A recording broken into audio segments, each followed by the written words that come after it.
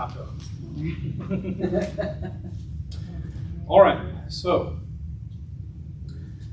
let's begin. Central limit theorem is up first. It will be concerning the first 3 questions on the homework. The first 3 questions on the homework are concerning the central limit theorem. Now, what is that? So in mathematics, a theorem is, it would be analogous to what a theory would be in the other hard sciences, like, let's say, the theory of gravity. Everyone is subject to it. It's always true. You can't get around it. The word theory is a bit of a misnomer. It's not up for debate. It's guaranteed true. So this central limit theorem is guaranteed to be true. And these words, central limit, so central because if I have some crazy distribution, let's just look at this distribution. So this is the shape of a distribution. It's going to have an average, and I can, from this underlying data set that gave us this distribution, I can create a new distribution that is more towards the center. So maybe this new one would look like this. And the word limit is coming from, it's saying basically this thing becomes skinnier and skinnier, taller and taller, just as much as you would like, the further out we go with something. I haven't told you yet what it is.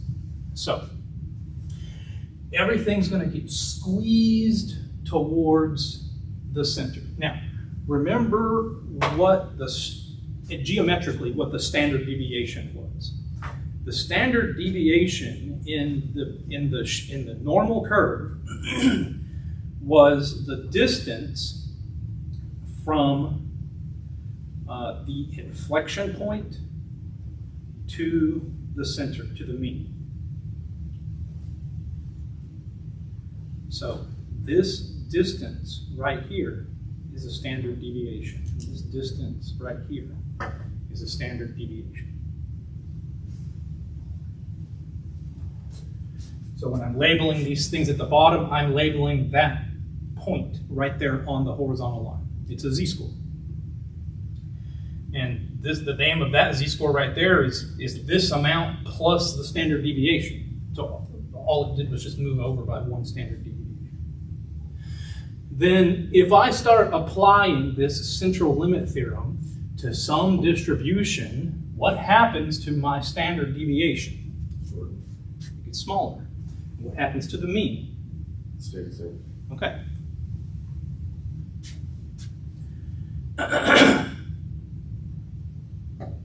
So mean and central is pretty much the same thing, but it's in the center. Yeah. Because the mean is it's a measure of center, and it's probably the most widely used measure of center. And so in the limit, we can get closer and closer to that center. Okay. And so I'll just make some notes here. So sigma decreases, and mu is the same. You can just see that from the picture. All right, so what's really happening? If you could visualize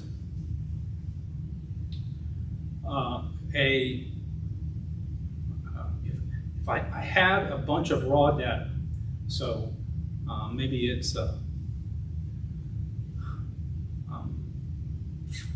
want it to be real to me. So maybe it's but I would want it to be something that's not. Okay, yeah, here we go.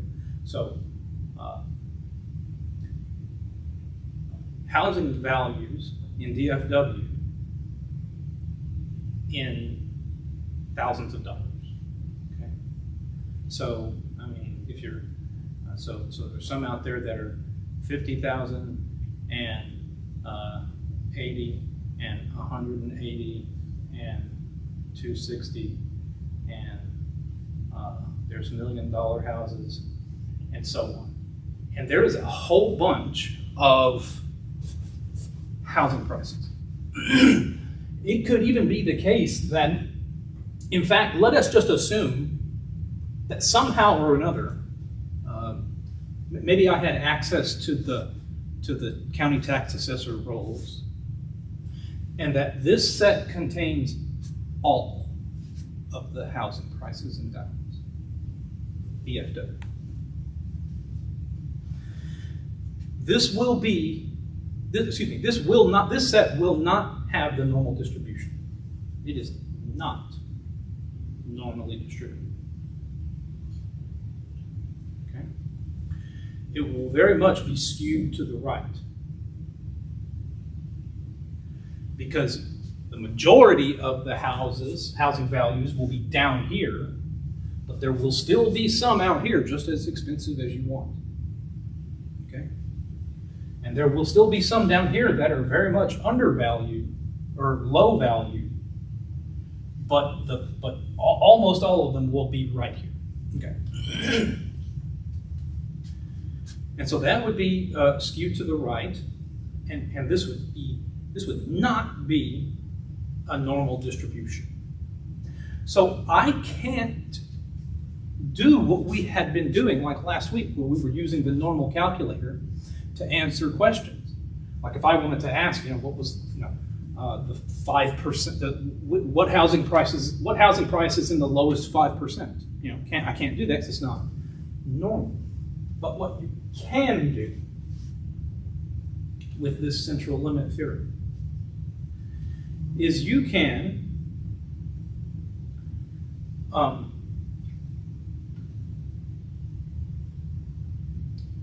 take a sample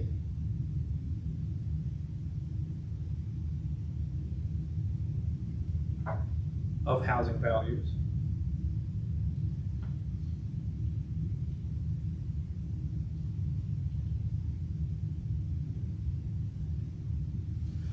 maybe I go through here. I mean, this is going to have, how many houses do you think there are in DFW?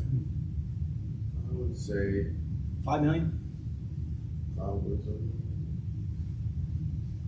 I mean, it's going to be like 11 million people living here or something. I saw the other day. That's what it's supposed to be by the end of the year. So let's say it's 5 million in this data set. So take a sample of values. Let's say I'll take 30. I'm going to take 30 housing valuations. And then that makes my first sample. So now down here I've got 30 houses. And they're picked randomly. So it could be 180, it could be this 1.5 million. There could be some small ones. But predominantly it will be some from near the center, because that's where the most data values were at. Was in the normal range. I will find the average value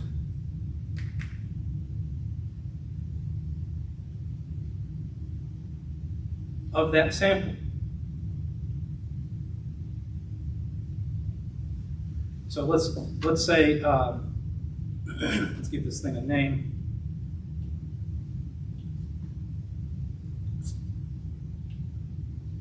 So let's say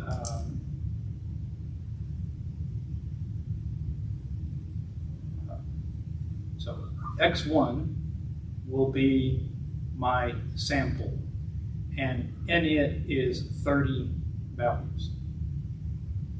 Understand so far? Okay. So there's 30 housing prices in here, and that was the first sample I picked. That's why it has this 1. Now I want to find the average of X1. That's just X1 bar.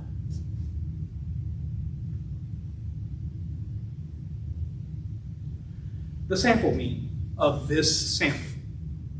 Okay?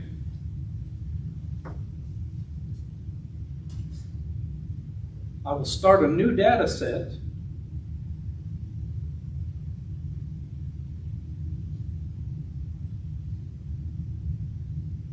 I will start a new data set that contains that number.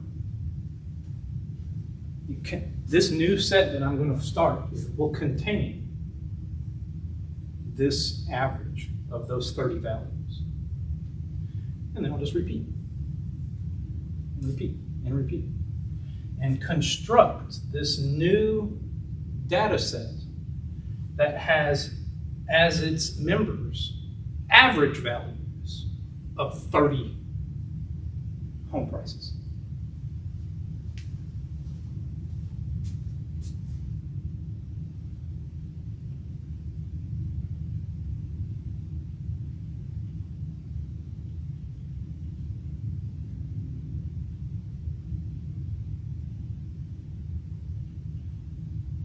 See what's happening? Okay. Let's say I do this 1,000 times. Okay, I use a computer or whatever. I use a computer, I reached into this bag of 5 million home valuations, and I pulled out 30 numbers. I did that process 1,000 times. So that means I have 1,000 averages down here. The central limit theorem says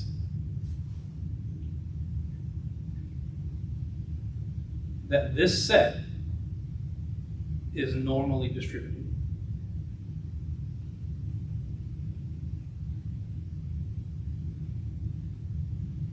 That's the big idea.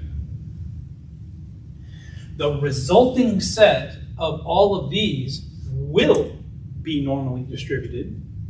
It's guaranteed by the central limit theorem.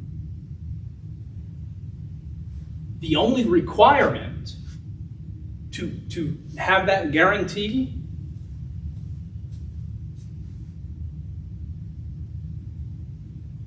is that the size of your sample was 30 or bigger.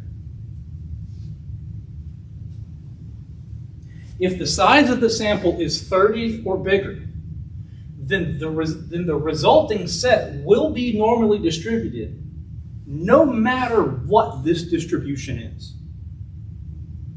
It can be just as wild as you'd like. In this case, that distribution was simply just skewed to the right. But it can be as crazy as you want. It can have all these peaks and valleys and be just totally weird. But wouldn't 30 plus still lead to a skew to the right because you're going over the set limit of 30 and you're just keep going over and over? No. No. These 30 values were selected at random. So it probably on occasion will have one of these big housing prices. But look at where the majority of the housing prices are at. They're down here in the lower range. There's some that are very low. Most of them are here, and there's some of them that are very high, and they can even get really high. But there's not near as many of those houses in DFW as there are just regular priced houses. So if I'm picking random houses, I'm mostly going to be getting regular price. Okay. There's a little tool in StatCrunch that can illustrate this for us. I went through this process so you would understand the tool.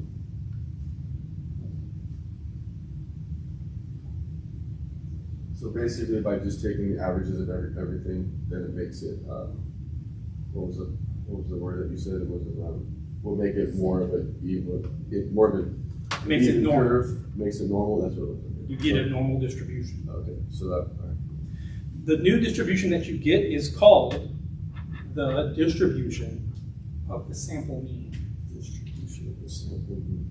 Yeah, because we took a sample of 30, we found its means, we constructed this set that was nothing but sample means.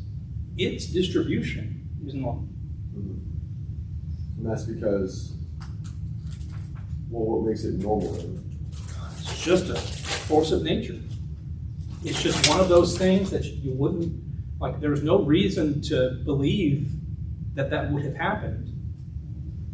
Just somebody realized that they said, this sure does look like this is happening. Let's see if we can prove it. And it was true.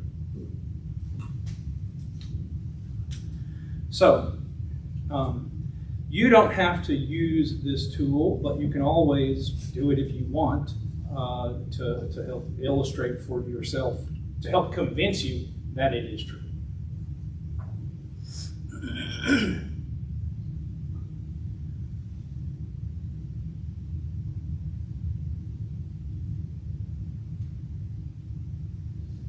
I have a quick question. Yeah. If I want to look at your lectures, because I was trying to go back before I did the quiz to kind of look at how we got to certain things, but I couldn't find it under the videos and all that. It was just other videos. I can't find your lectures. So is it under what? It's right here on the home page. Under announcements. All over the home. It's not so physically on the home page it's located underneath the announcements, but it is not in the announcements. Here we are in the announcements. If I go home, just the first thing that comes up, they're not buried anywhere. You just scroll down. Once you get to our page, scroll down, and here they are. I went ahead and put one in there from a different semester for week 3, so you could see what the tricks are. And since you know the format of the class, first I bore you to death, and then we do the homework. You can just scroll over to see whatever you want.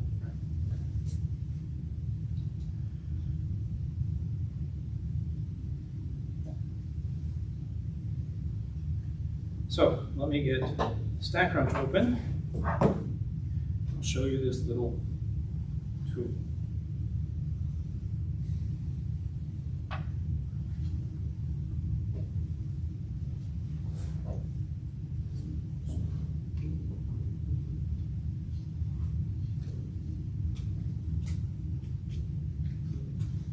So where am I going? Under applets and then sampling distributions. You won't have to use it later, but you can use it on your own just to check it out.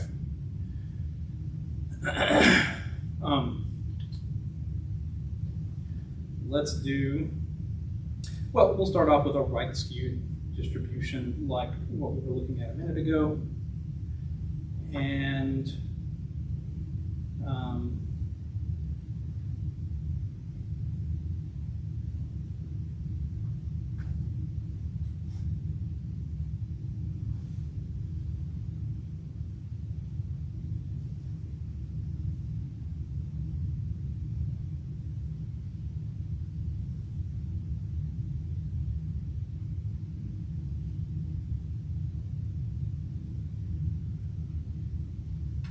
to draw a little distribution up here. So this is the underlying data set. Okay. The one that I have drawn, you can see the little scale down here at the bottom. This is telling me that the mean is 14.3. That makes sense because 14.3 is actually right here. Okay. And I don't remember if we discussed this in the past. Look at how it says the median is 11.7 and the median is over here, and the mean is to the right of the median. You see it? The little arrows down here? That is really what the definition of skewness is. The mean is to the right of the median, so it's skewed right. How did it get skewed to the right? It's because of these other guys out here that are, since the mean is accounts for every point in the data set, it will have to factor in these big numbers over here, and that'll raise the mean. The mean is not a resistant statistic. The median is resistant. Because if I lined up all of the numbers in the data set, and I went down here to the very end to the big ones and just took the last one and made it a trillion, the mean would change wildly, but the median would stay exactly the same. Okay, and so we have and it says our standard deviation is 10.6. And what I'm going to do is I'm going to make my sample size be 30.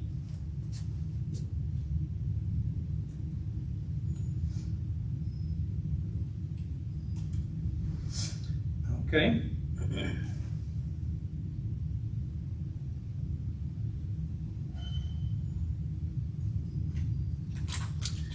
And I'll hit this button that says 1 time. Let's look at what happened. I click the button that says 1 time. That means it's going to go in here into this data set. It's going to pick 30 items. You can see each of those 30 items, there are these little blocks. All right? There's one of the blocks, there's one of the blocks, you can see 2 of them there. And if you counted them all up, there'd be 30. All right? There's 3 blocks that were that value. Okay? 1 block that value, 1 block that value, 2 here, and the total number of blocks is 30. It computed the average of those 30 blocks, and you got 10.56. And you see it's in green. And it plotted that 10.56 down here. You see it's right above the 10. 10.56, it's right there. And it's keeping track for me how many samples I've done. I just did the 1. So that's my first sample. Okay. And the usefulness of this is I can just hit 1,000 times question. And it will suddenly do it 1,000 times. If you remember in the example we were looking at a minute ago with the housing prices, I said let's collect 1,000 samples. Well, here I've got 1,001 samples. Look at that distribution. Do you see how that distribution is centered on the mean and is normal? Do you agree? So I thought whenever you have a mean, it's going to be right in the center, but on those, no. Look at it. Well, I'm talking about the second one. Like it wasn't centered. On this picture, Uh-huh. this is just a random 30. This is just a randomly selected 30 numbers from this data that has this distribution. Okay? It's completely possible that if I randomly pick 30 numbers, they might all 30 be out here. That's one of the that's in the realm of possibilities. In which case, my mean would be way out here. It just depends on what you choose. Yeah, you're picking at random, but we recorded that mean and plotted it down here. So this number, 13.46, that's the mean of this 30 right here. And this was just the 1,001th sample. Among this distribution down here contains the data point 13.46. And it contains 1,000 other averages of a sample of 30 things. When I look at the mean of this resulting data set, we get 14.38. And what did you say earlier about what happens to the mean? When I drew the picture and we looked at the geometry, The mean stays the same. the mean stays the same. Standard deviations change over. 10.6, now it's down to 1.99. The word limit is having to do with the more and more samples that I take, the closer and closer this distribution becomes to being perfectly normally distributed. So if I can just come up here and stand on the 1,000 key and just do it over and over again. There we've got 7,001 samples. And, Did 48,000? You did 48,000? It does not, so at some point it's diminishing returns. It does not take long before it's already really close. I bet you with about 50 samples, it would have been just fine, right? We're not gonna get a bunch more decimal places. In fact, if you look, this one's a hair off from that more than when I just had 1,000 samples.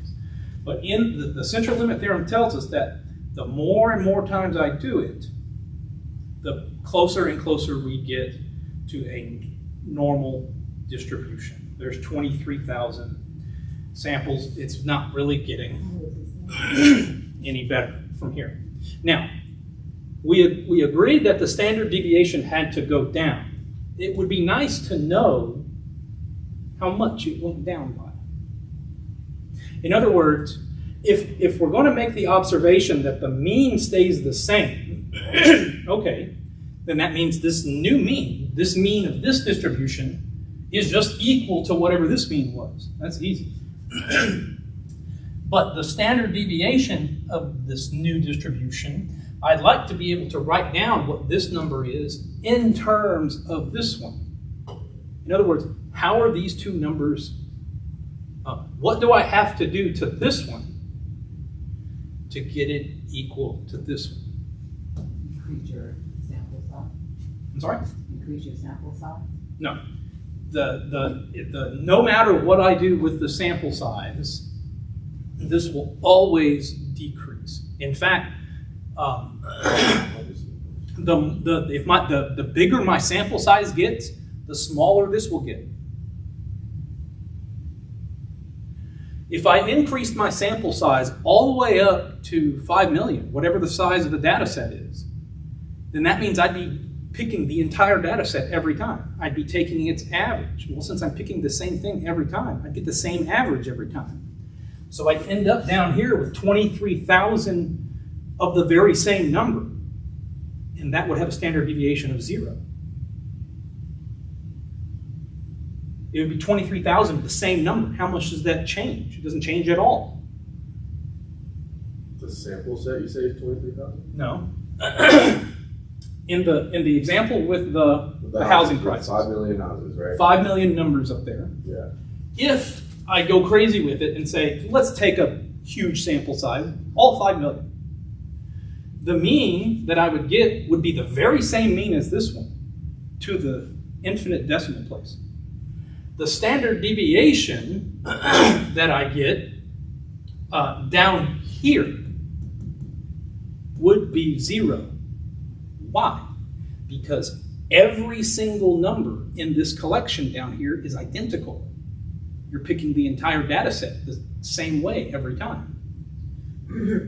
It's like if you ask yourself, so what does the standard deviation measure? It measures, what is it composed of? It's composed of a bunch of deviations. How do I get a deviation? Let's use mu instead. Because these would be a bunch of sample means.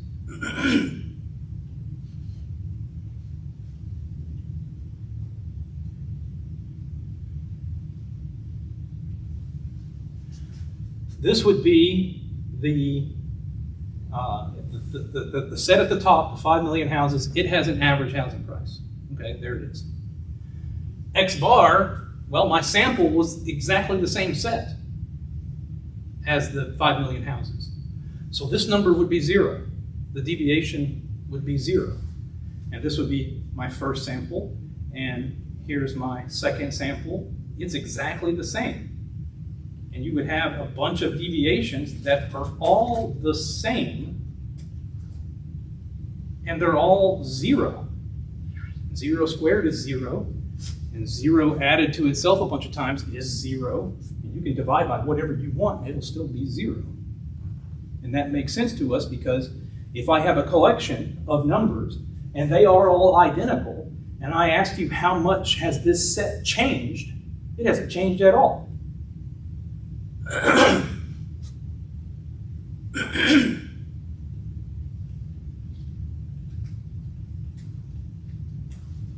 Right? It doesn't go anywhere.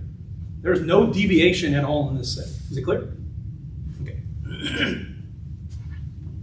So, deviation from the mean, right? Right. So deviation from the mean is just what a deviation is. Yeah, You can only talk about that in terms of a single point. The standard deviation is a numerical quantification.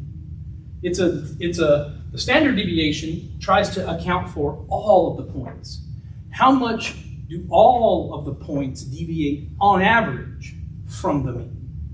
Well, the mean is 1. Randomly pick a number out of here, it will be 1. The deviation is 0 every time. So the standard deviation is 0.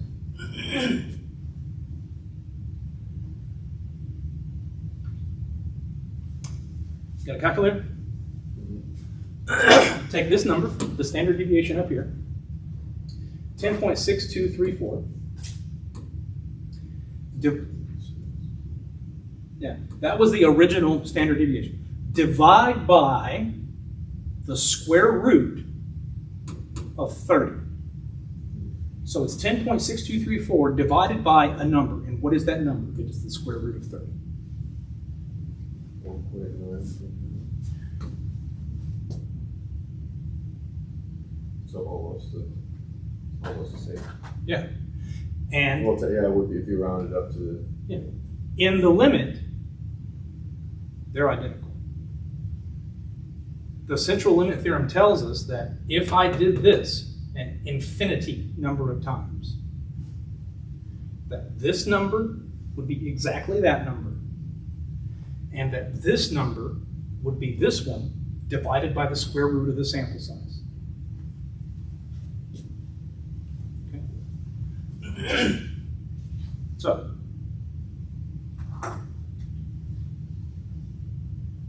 here's our notation. The mean, excuse me, the mean of the sample mean, it has this subscript, x bar. It means we're talking about that distribution of the sample means. It has a mean that is identical to the mean you started with. They're the same. The standard deviation of the sample mean is just the standard deviation that you started with divided by the square root of the sample size. What are the requirements? You need to have a sample size that is bigger than or equal to 30.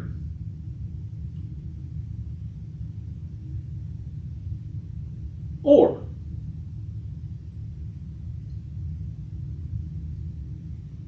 the original distribution is normal.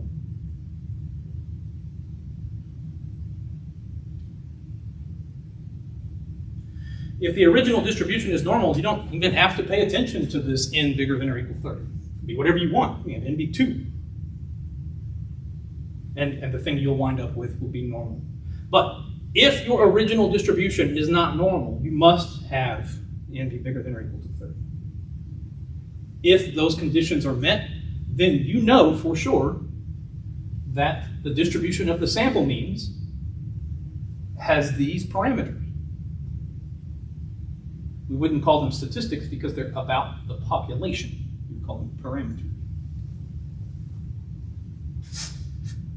Then we can answer more sophisticated questions about groups of people. Last week, you would have been able to answer. So last week, you were answering a question about, well, let's see. Let me say it like this. Based on what we did last week, I could give you a question right now that asks, what is the probability of randomly selecting a person that has high blood pressure with hypertension, right? That would just be us. We would need to know what is the average blood pressure, what is the standard deviation, and what is the probability that it's above 140, right? Okay. But what if I wanted to know the probability that if I picked a group of 10 people, that their average blood pressure is above 140? That's where you can do this. Okay. Let's look at the home. Question 1.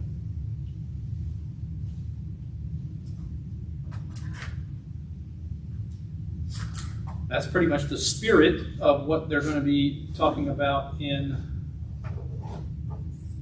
these first several questions. Here it's about females having a normally distributed pulse rate. So notice right away, the original distribution is normally distributed. The mean is 75, the standard deviation is 12.5. we have one adult female. Also, observe real quick, the square root of 1 is 1. So if my sample size is just 1, and you do this this thing that I was just showing you here, where we would have to divide by the square root of 1, then they'd be the same, right? Because if I divide by 1, it's the same number. So secretly, you were doing this all along. This reduces to the original distribution when the sample size is 1. That's my message. So really and truthfully, I guess what I'm saying is,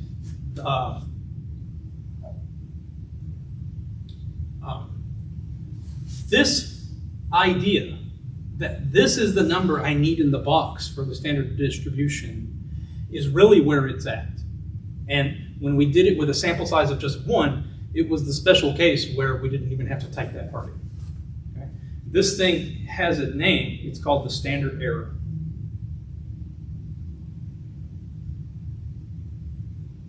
And summary stats will compute the standard error. Okay. So it's like a standard distribution. What's the difference? It's been divided by the square root of n.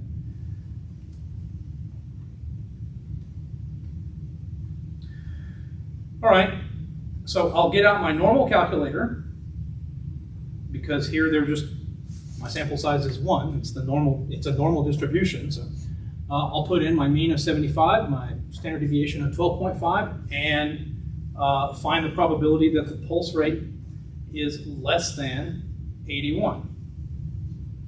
So I'll go to Stat, Calculators, Normal.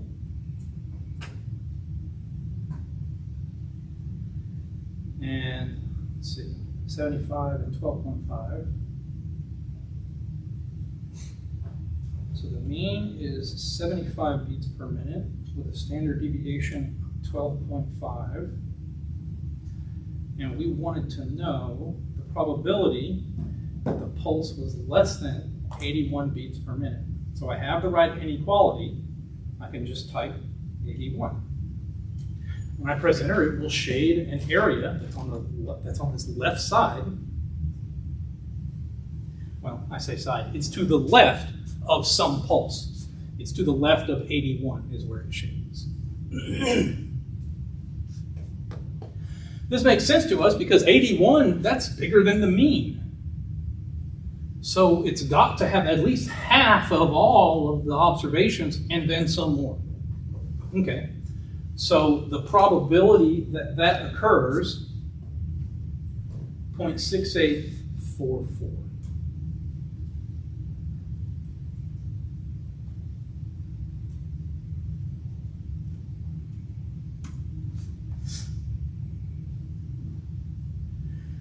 In the next part of the question, they are asking me about a group of 16 adult females.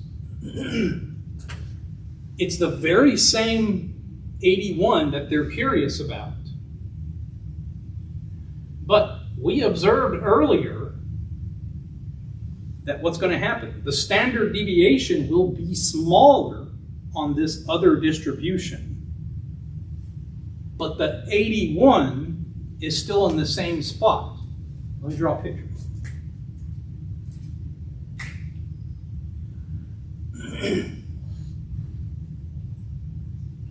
So there was 81.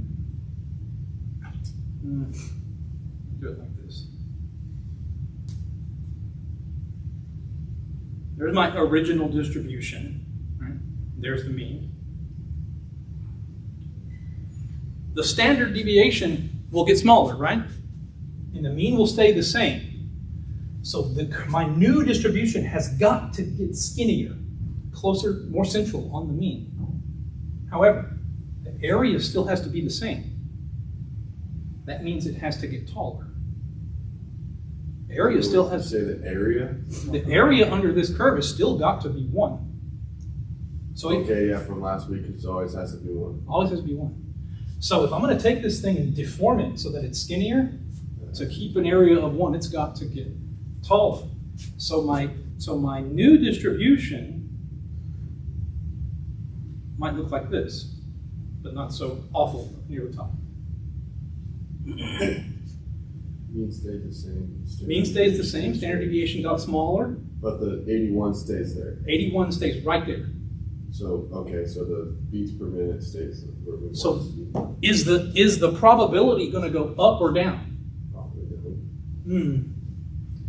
Well, To Probability. the left of 81, was like 60 some odd percent of the area, right? On the blue curve here. But now switch to the red curve. What percentage of the area is to the left of 81 on the red curve? More or less than 60? same rate.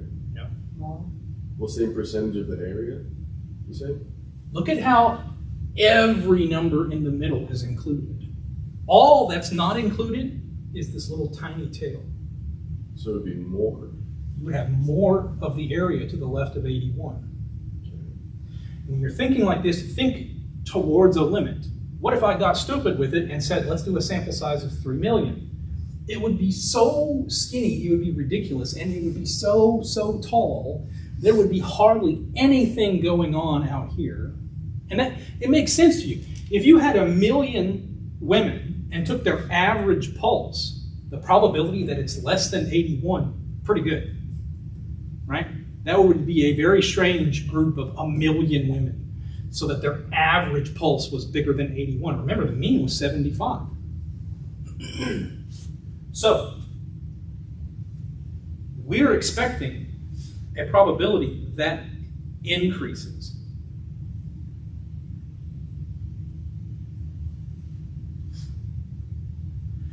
Here they're asking about 16 adult females. In your StatCrunch calculator, it is so convenient that, what's the square root of 16, by the way? 4. I can just say this, I can say divide by 4.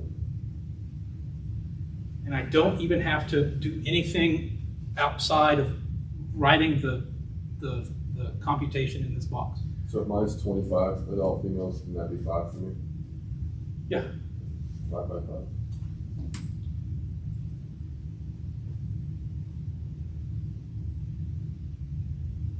12.5 divided by 4. well, mine was 25 females. So that'd be 25 divided by 85. Yeah. So you do 2.5 divided by 5 in the standard. Put a little slash over the top. Or keep it 12.5. Yours worked, right? Yeah, mine works. Mine's I don't know why mine doesn't. my new probability is 88.88 point or 0.8849. No, keep that up. Because I guess we have to take the square root of adults. I guess it's not going to work on iOS, so let's see.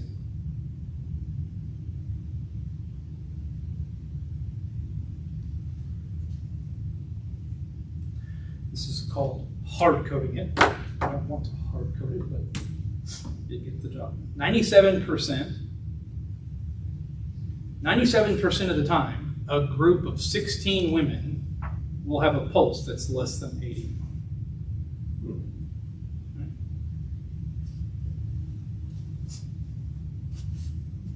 Okay. So the probability went up as the standard deviation went down. Every time I do this, the standard deviation is going to go down because the denominator is getting bigger. And if the denominator is getting bigger and that standard deviation is shrinking, the curve has to get taller, you end up with more area near the center. So any observations like this that are getting away from the center are going to be more and more rare. 97.26.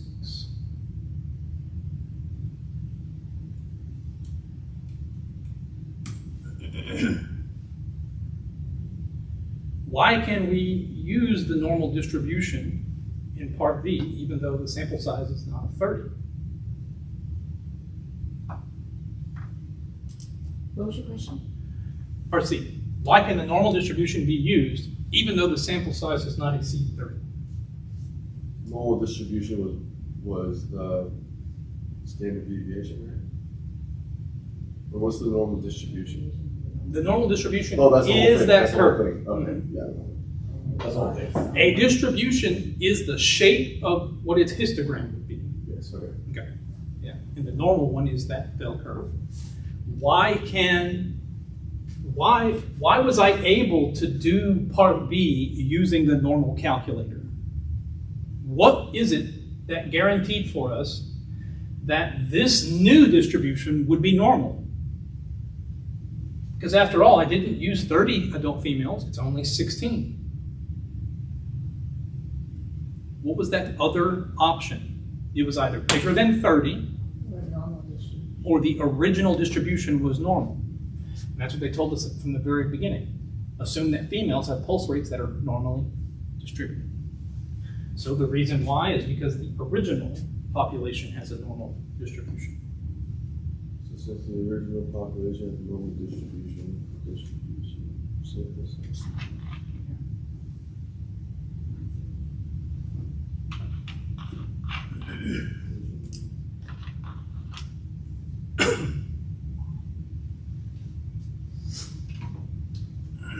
Now, we'll blow through question 2 here.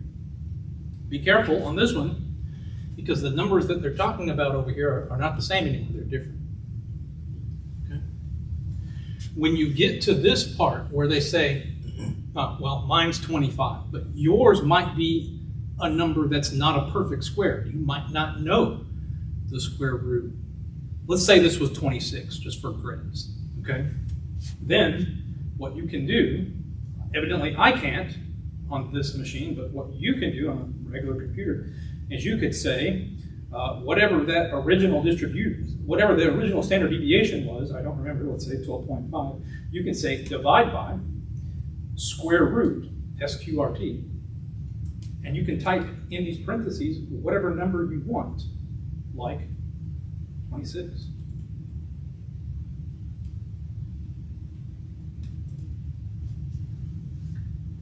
So you can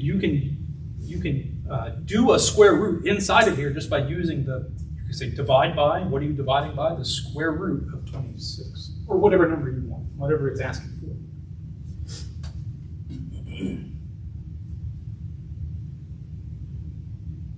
And then that saves you from, it helps you 2 ways.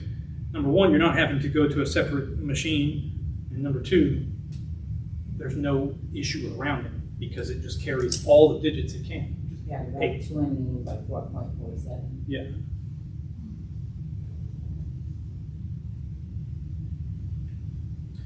So, for that problem, I had a mean of 205, standard deviation of 8.9.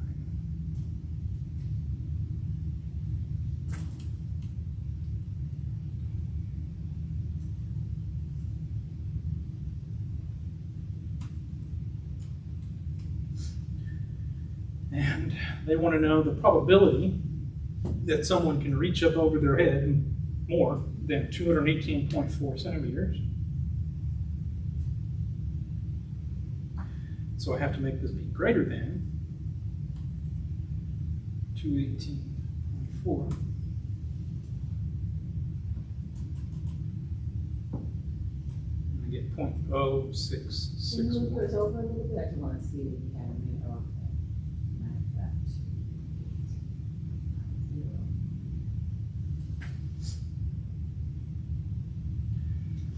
Point 0.0661.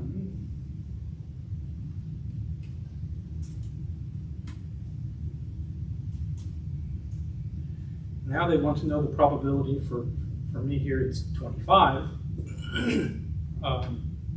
individuals.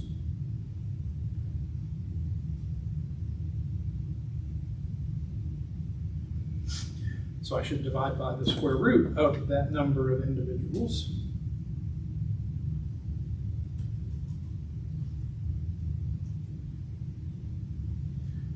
And the overhead reach distance they're curious about is 203.2.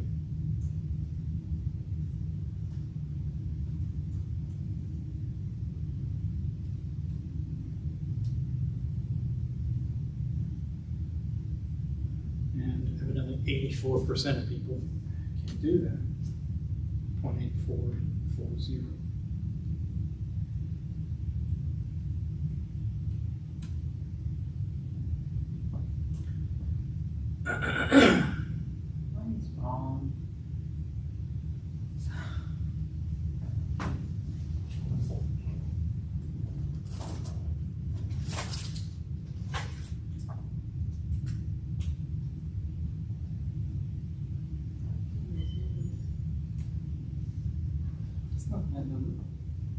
Which one? Greater than 218.9. Greater than 218.9. Oh, okay, so the arrow is what I messed up in.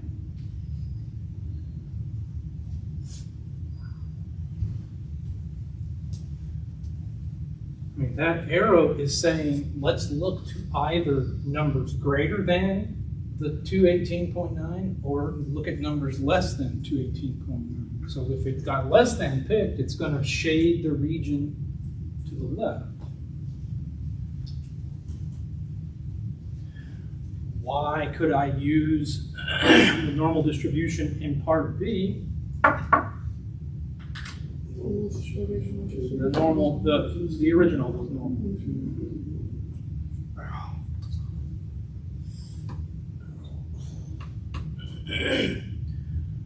All right, y'all do number 3.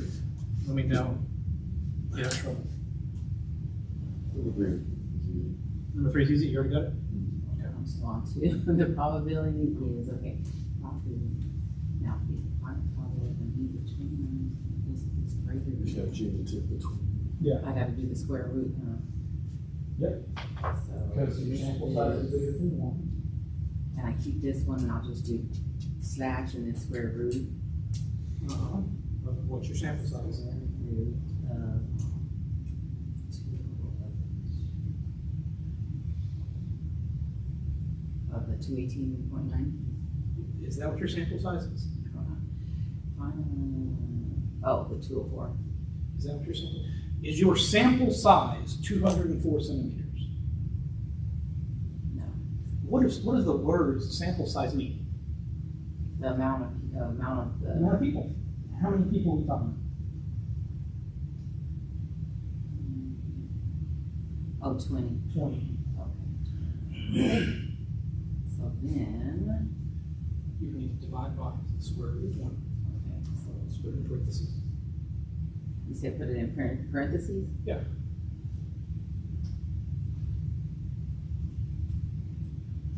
Like that? You can take it off. Okay. And then the 218.9 is not the same in this problem. It's different.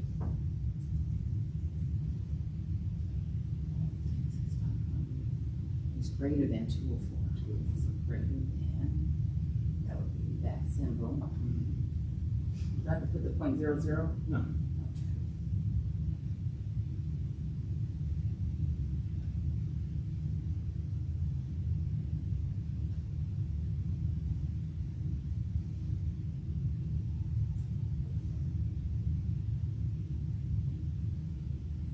What was our shortcut from last week?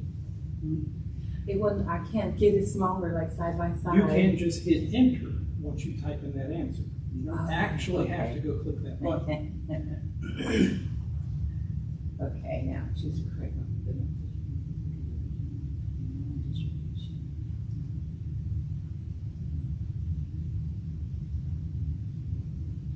It would be 8. Will be 8. Did you already get number 3? All right. Everybody was faster than me. Okay. Next question. I think part of it might just be technology. Yeah, I need a mouse.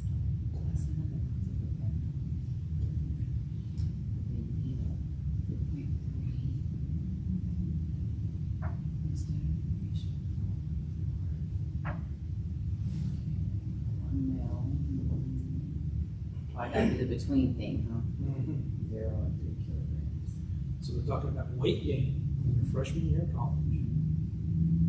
The average is 1.3 centimeters per floor. Okay. So I'm gonna put that. Oh, okay, use it.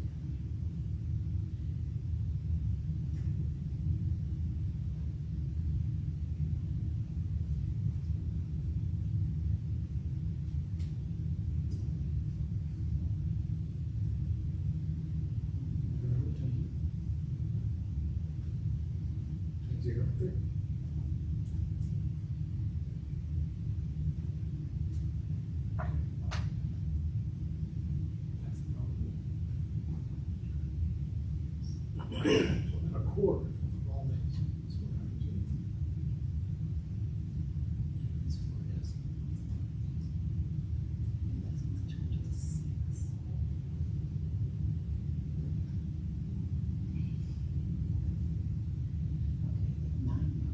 that's not gonna be now my, so I'm gonna use 9 as my mean when I put it in the calculator. 9 is, what is 9? 9 is the sample size. 9 is the sample size. It is not the mean. The mean is the same. The standard deviation becomes, no. No.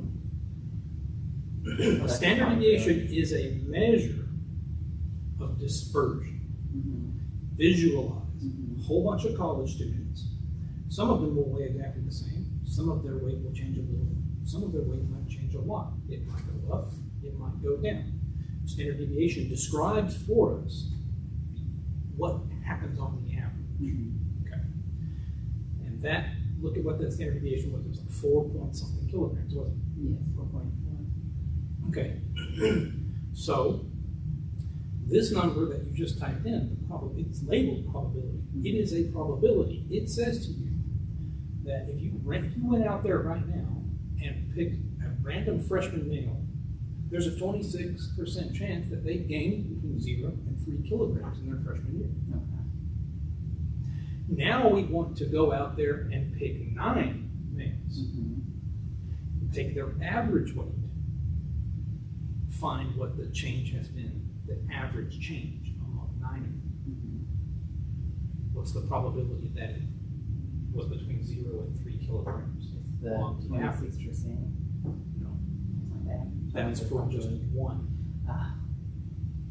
Now Now we we have want to to just square root of it? The new standard deviation Mhm. to use should be the old standard deviation divided by the square root of the sample size. So the square root of 9. Square root of 9. Gosh, that's confusing.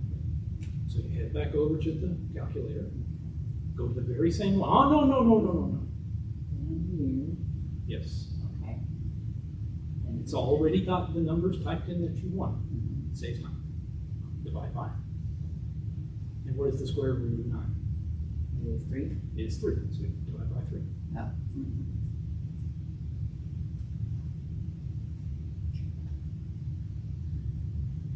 So I keep wanting to change stuff.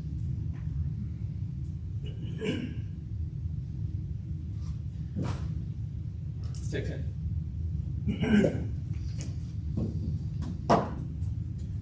Come back, we will do the good questions. Okay. What you I been think doing? are gonna be good questions. Oh, they're great. It's like having But there's gonna be questions, I think you wanna jump off of the. Guaranteed to confuse. Oh, no, I'm already confused. Like, I get confused because like you'll say sample, okay, I know that's that, and the mean is the, like the average center of that, but then I somehow get thrown off with a less than and greater than, and then the answers I get to build onto that, that's what confusing. The barometer, okay, since the distribution, why can the normal distribution be used, wait, why can the normal distribution be used in part B, even though the sample size does not exceed 30? Not something the normal distribution. No. So we do population for the normal distribution. Which was sample mean for the normal distribution, but any sample size. Not individual. So the gain exceeds 30 does not. Help me, Kiara. When he was saying that, the only 2 times where you can use, where we're doing the distribution, do you remember what he said? When the sample size is greater than 30, or when the original distribution is a normal. Oh, so we always use 30 no matter what? I thought that changes. What it's saying is, you can only use this, you can only use the normal distribution, because you know, in Stat Crunch, we're using the normal distribution. If the sample size is greater than 30, is 30 or greater, that's one term. Or if the original distribution is a normal distribution.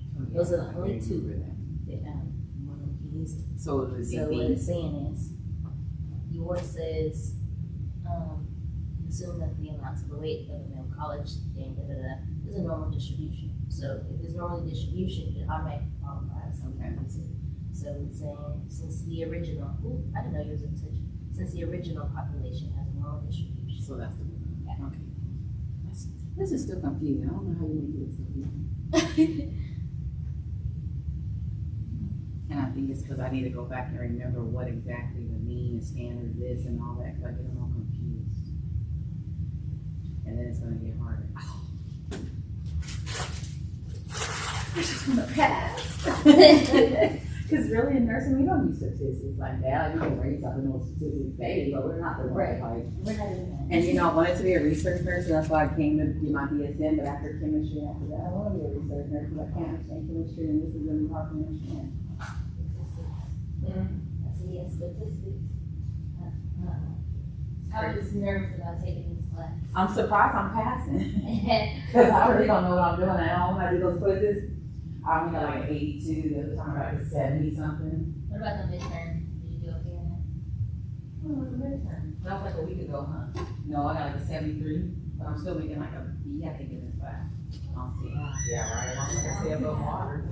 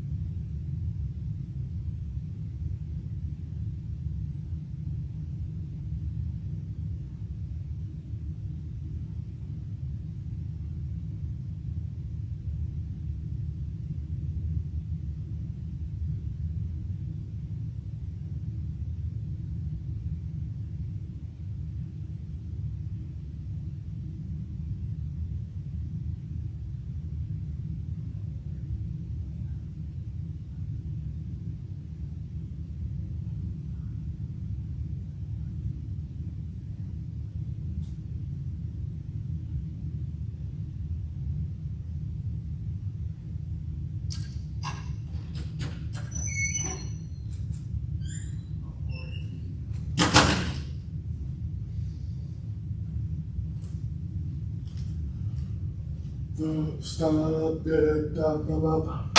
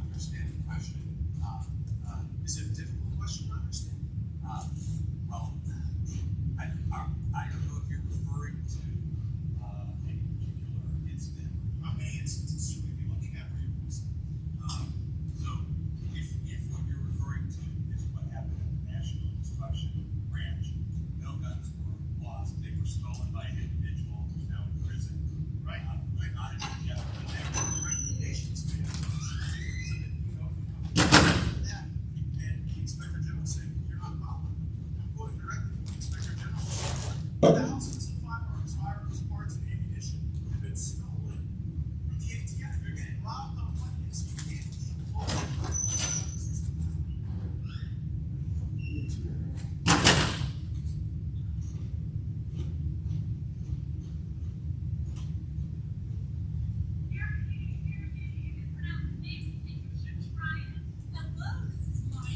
He really does.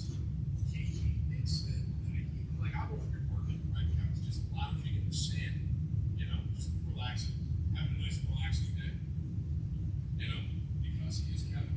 Well, thanks, Chad. I didn't know that. So thank you for that. I'm sure you're not gonna hit Kevin. That's not that rude. He's just having a nice day out there, so we'll let him go. I also have one more fax here that I need to see.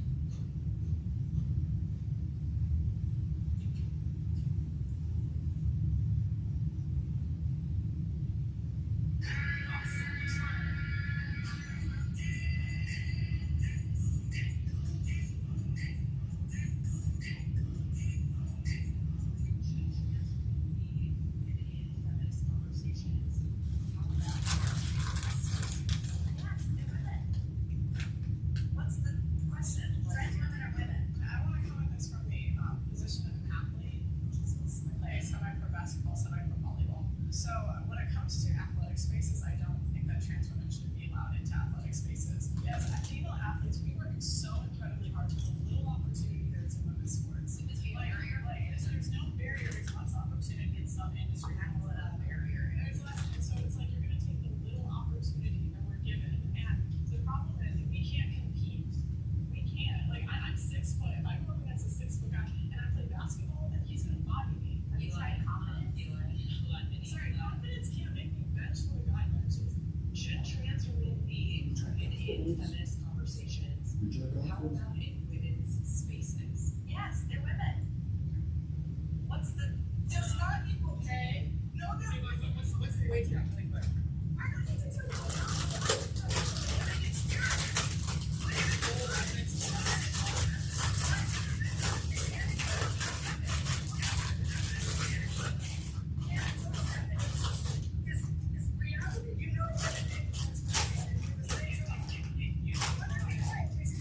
So here is 77 cents to a man's dollar. That's only if you provide the earnings.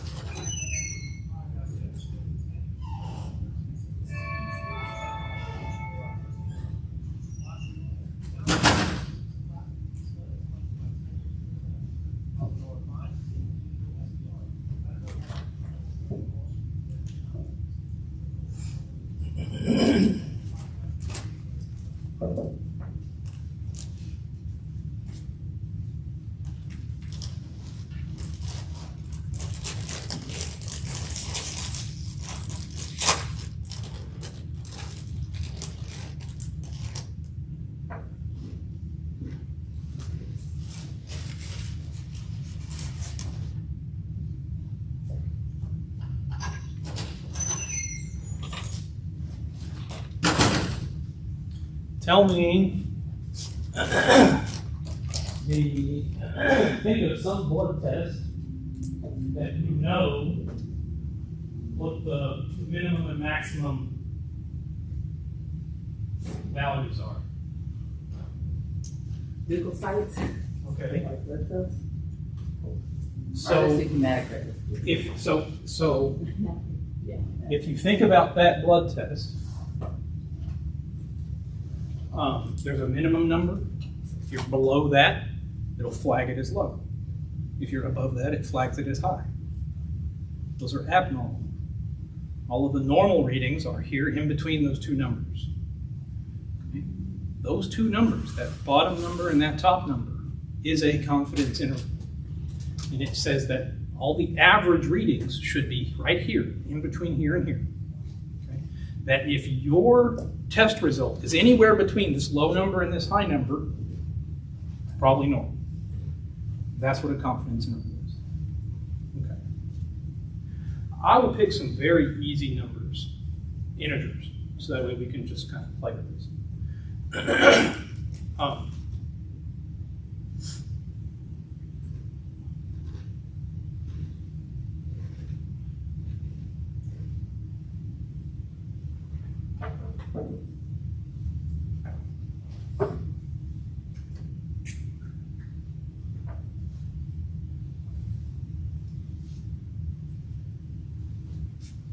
This could even be some crazy blood test, you know. If you're below 1, it's low. If you're above 5, it's high. If you're in between 1 and 5, it's normal. It's average. Okay. Another way to express this bottom number and the top number is to go right in the middle and say that it's plus or minus something. What is the number that's right in the middle of 1 and 5? 3. Or 3. 3. So this would be 3 plus or minus 2. Because 3 minus 2 is 1, and 3 plus 2 is 5. Okay? And they mean the same thing.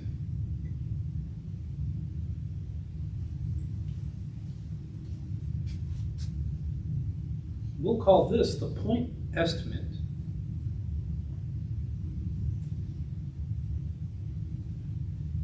we'll call this the margin of error.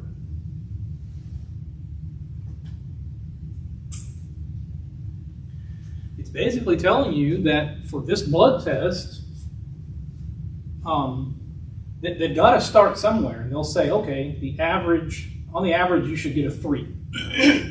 But very few people are going to get exactly a 3 on their blood test. We've got to have some wiggle room. That's where the margin of error comes in. So we'll say, okay, we'll allow you to be up to 2 units off of that 3. And that's what establishes this range of numbers that are acceptable. Okay? Point estimate and the margin of error. So this tells us that we already know the solution to every confidence interval problem. The solution to every confidence interval problem is just the point estimate plus and minus the margin of error.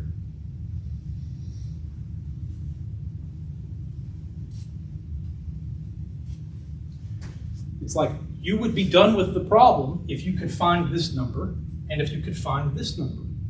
It's easy as that. So we know what the shape of our answer should be. And this is what we will be able to create mathematically, is this point estimate plus or minus this margin of error. And then when we go to type in our answer, it will be in this form, where we have our lower number and our upper number. So then I could say that the average test result should be between 1 and 5.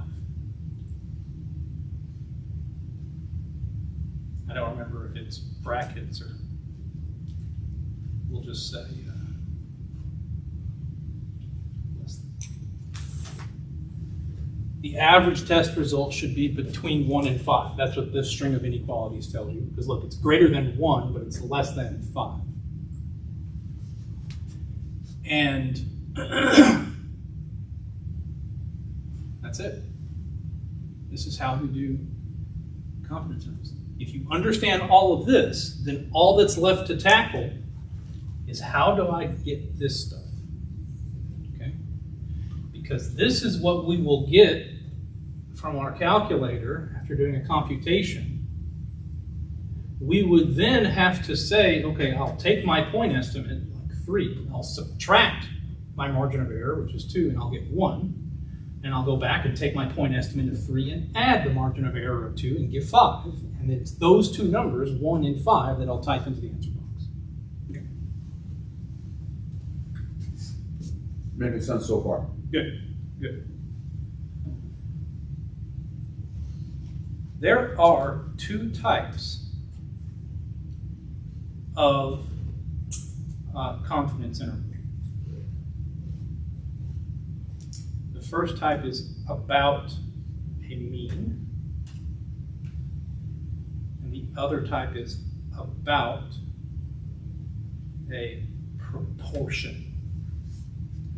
The proportion ones are the ones that come first in the homework, but they are the harder ones. We're going to do these first. They're the last four in the assignment. And what it's going to happen is we're going to have,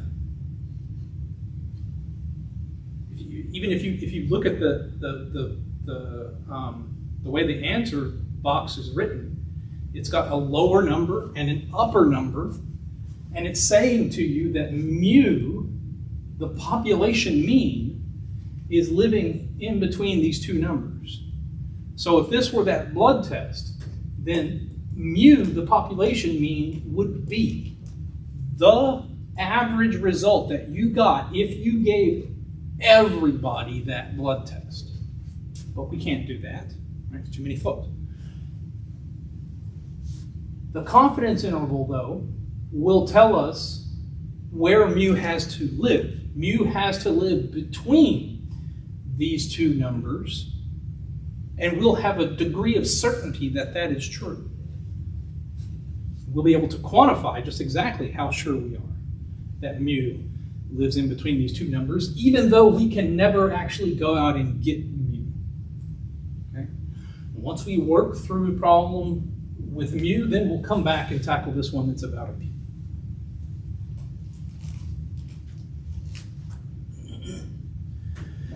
So, for for confidence intervals about a mu, the point estimate is just a basic, your first basic guess as to what mu probably is close to. And if we're talking about a whole population of people, then the closest I'm going to be able to get to that is to take a sample of people, find the average of that sample. So the point estimate is going to just be the sample mean. That's our best initial guess of what mu could possibly be. It's just the sample mean.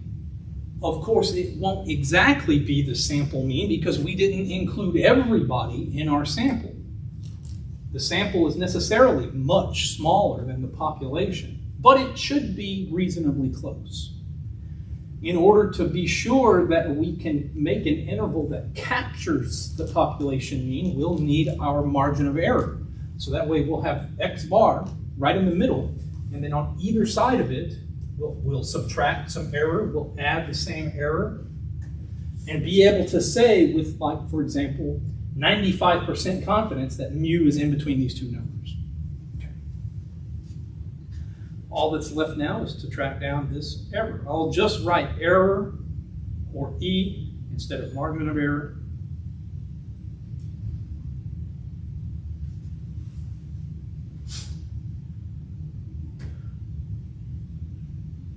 The margin of error is just two numbers multiplied together.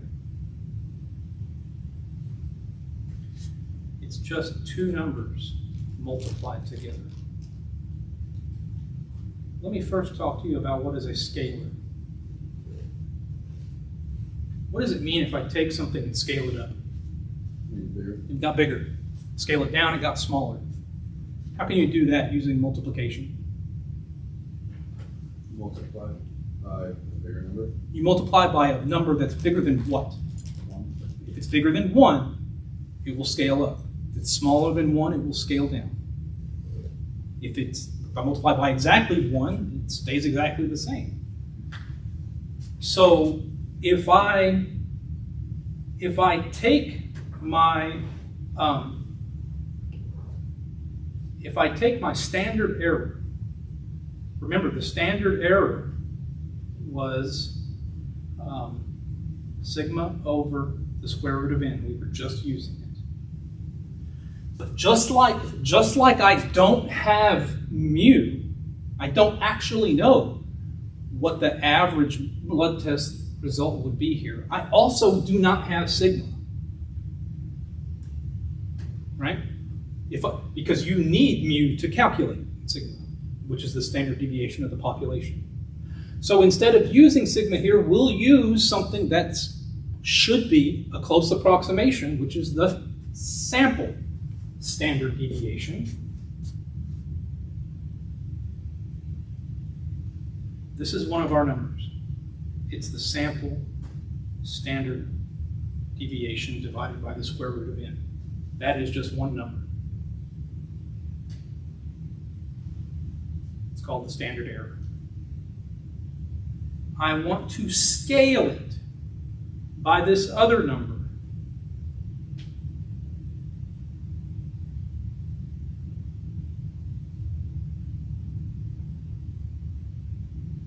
SE for standard error, and this is the scalar. If my scalar was just 1, then the margin of error would exactly be this standard error, right? Because it's multiplied by 1, it stayed the same. If I multiply by a number bigger than 1, then this product would be bigger than the standard error. I would call it my margin of error. And my confidence interval would get wider. Because it boils down to the answer is going to be x bar plus or minus this error. And if the error keeps getting bigger and bigger and bigger, then the interval keeps getting wider and wider and wider. Make sense?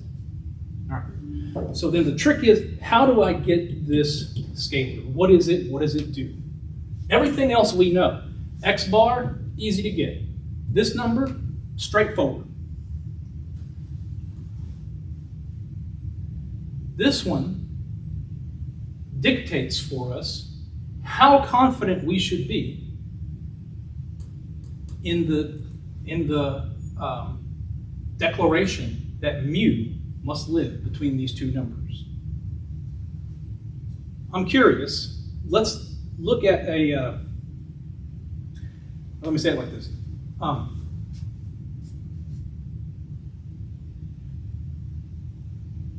Looks like the normal curve, right?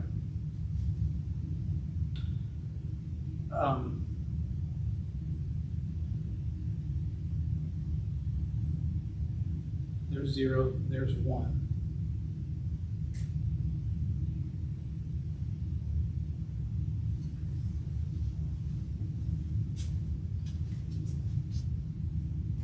If I was going to use a scalar of 1, then this would be the probability that mu really lived in between those two numbers.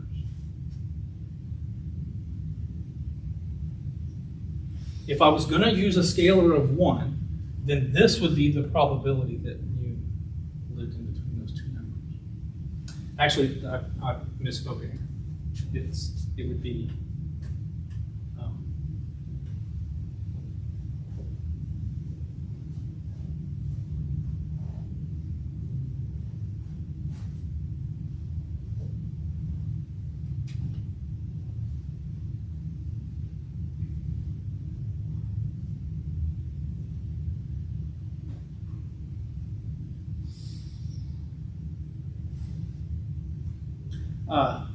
I'm drawing it backwards. Because should it be everything on the opposite side of the line? No. It's in the center.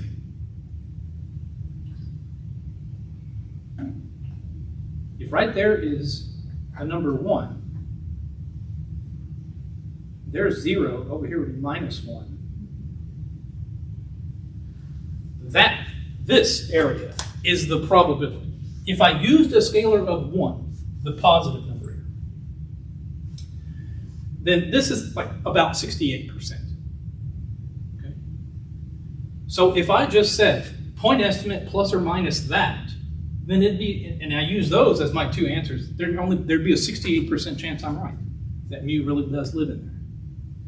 No one uses 68%, that's too low, right? We want to do better. I want to be like 95% confident or 99% confident. sometimes 90%, but usually it's 95 or 99. In order for me to have 95% or 99% of the area here, I will have to go out wider, right? So I will have to go out wider to like a number like 2, 2.3 or something like that.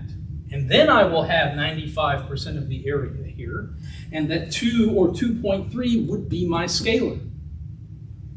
It makes sense to you that if I start scaling up the error bigger and bigger, well then of course you're eventually going to have an interval so big that you can be confident that mu really does live in there. Right? If I just multiply this by 1,000, then you'd be completely confident that mu lives in here. It just wouldn't be useful to you because it'd be so big. It'd be like, so for example, in the signature assignment, our level of confidence is kind of high, and we end up saying something like, a lot of the answers we get back are, the average shoe size for West Coast University student is between 6 and 15. Oh, of course. Yeah. I could have said that without doing anything. But that's what you end up with if your level of confidence is too high, because we ended up scaling this number to be so very big. So our confidence interval needs to be useful to us, right? It can't be between 6 and 15 for shoe size. That's not useful. So you would have to dial down your confidence level until you got some numbers that useful, always balancing between its usefulness and how sure we are that it's right. The last thing before we can get started with a problem is that this curve down here is not the normal curve. It's called the T curve. It's, for the most part, just like the normal curve. The only difference is that this one needs one more thing from you. By the way, you cannot change the mean and you cannot change the standard deviation of the T curve. It is 0 and 1. The only other thing that it wants to know is what is your degrees of freedom. Degrees of freedom. And it will always be the sample size minus 1. Look how this number is coming back. You recognize n minus 1 from anything else that we've looked at in this course? Yeah, last week we did. This is what's in the denominator of the standard deviation and the variance. When we computed the variance, we took a bunch of deviations, squared them all, added them all up. We didn't divide by n. That would have been like the average of the deviations. We divided by n minus 1. It's for the same reason. It's because of this idea of degrees of freedom. Look, there's 3 people, 3 students in this room. Let's pretend we're going to take a test, a written test. And it's a surprise, so nobody brought a number 2 pencil. Well, I have 3 number 2 pencils and I lay them out up here. 1 for each of you. And the first person comes up, and when they come up, they have the freedom to make a choice. They can choose which pencil, there's 3 of them.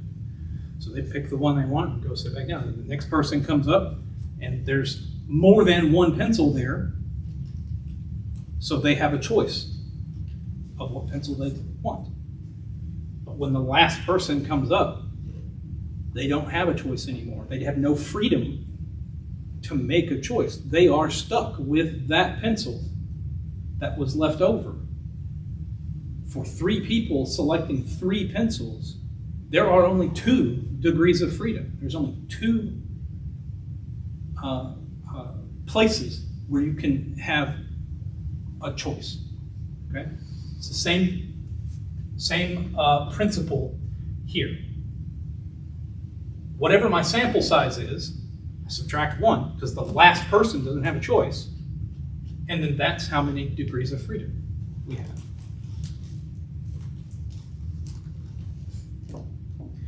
This number, this scalar, has a notation.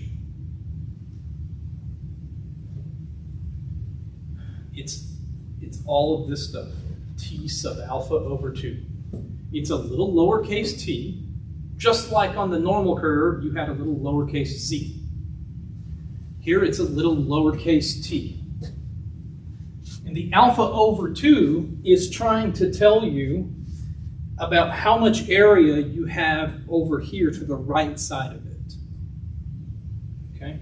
So this will be the last picture I draw, and then we'll work a problem.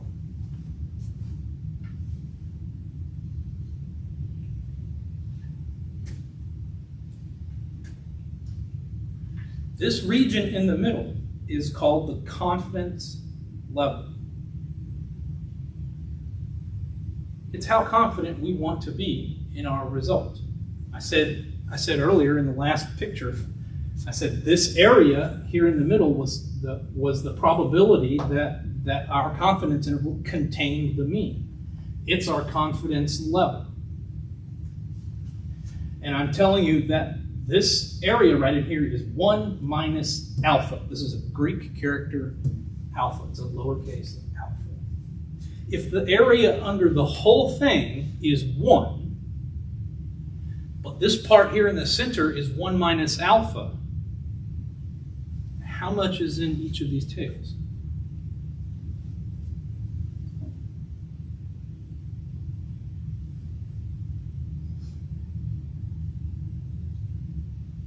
Say the question again. The area under the, so this area here, plus this area here, which is 1 minus alpha, plus this area here, which is evidently the same as that one. Add them up, it equals 1, because that's all the area under the curve.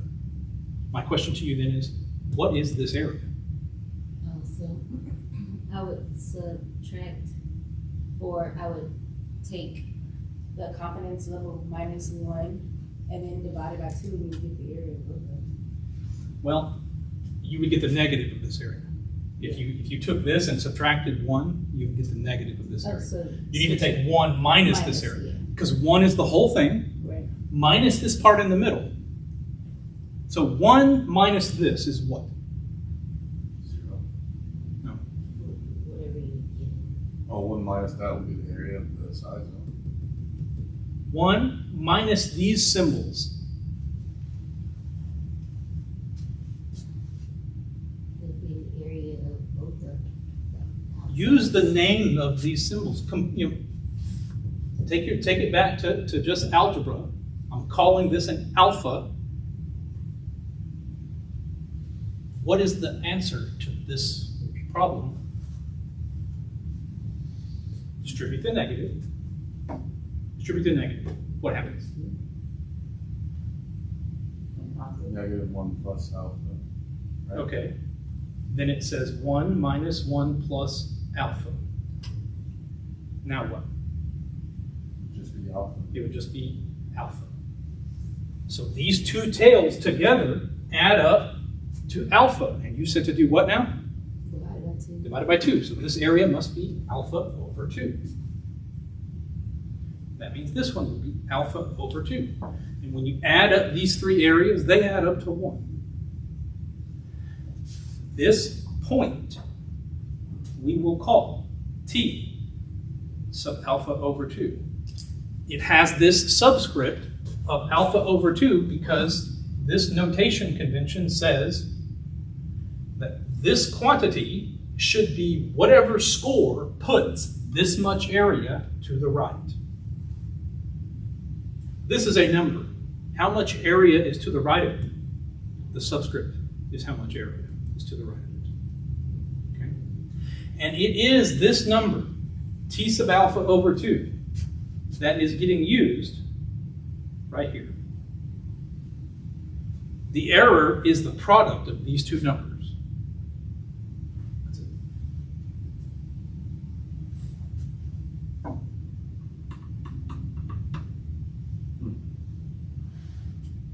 Very well done. Huh? Very well. Let's do it. Let's do it. We're going to 7 then? Yeah. Oh, we're on problem We're just 7? jumping to 7. Oh, That's what we okay. figured out first. Okay. Then this is the harder ones you said? No. No, these are the easier ones? Because we're only at half. These are the ones that we're going to learn to do this with, and then we'll come back and do the meetings. See my answers? It says box less than view less than box. All right. They're talking about body temperatures of healthy adult humans. You all would agree there's an awful lot of healthy adult humans in the world, billions. Our sample has 108 of them. That's our sample. And the average temperature from that sample is 98.2. This is X bar. This is our best initial guess as to what the population body temperature would be, which we could never know, right? We can only estimate. So this will be our best initial guess. This is X bar.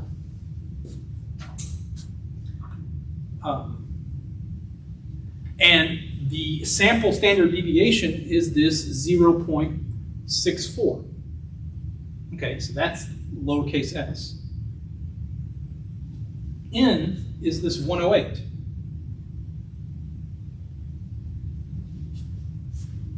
They want to be 99% confident. That means our interval, we should be 99% confident that it actually will contain the mean body temperature. There's not a second part to this problem. This is it. Well, I guess there is a second part, because then they say, what does this sample suggest about using 98.6? Well, that's an easy question to answer, though. So,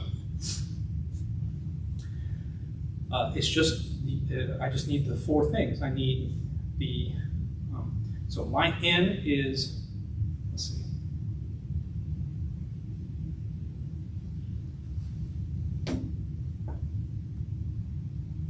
Oh, I don't want that.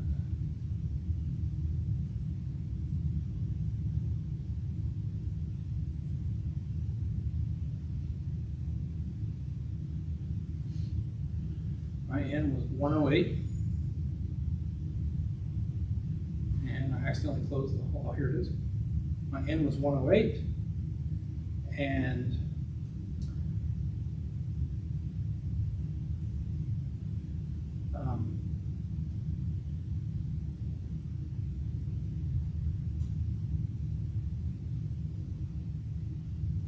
the mean was 98.2. My sample mean. My sample standard deviation, the standard deviation of that collection of 108 body temperatures, was 0.64. And my confidence level, 1 minus alpha, is 99%.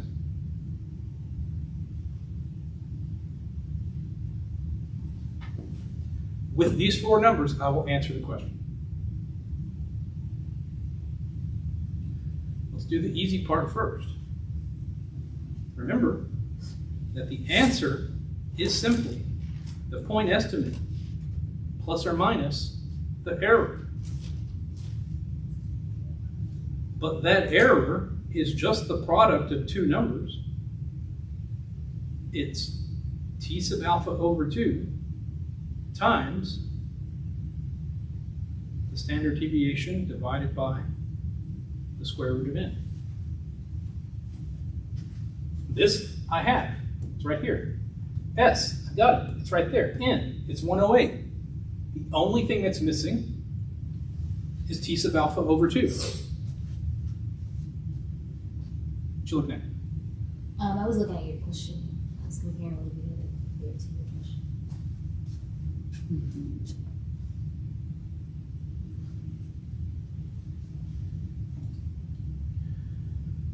So I can fill all this in.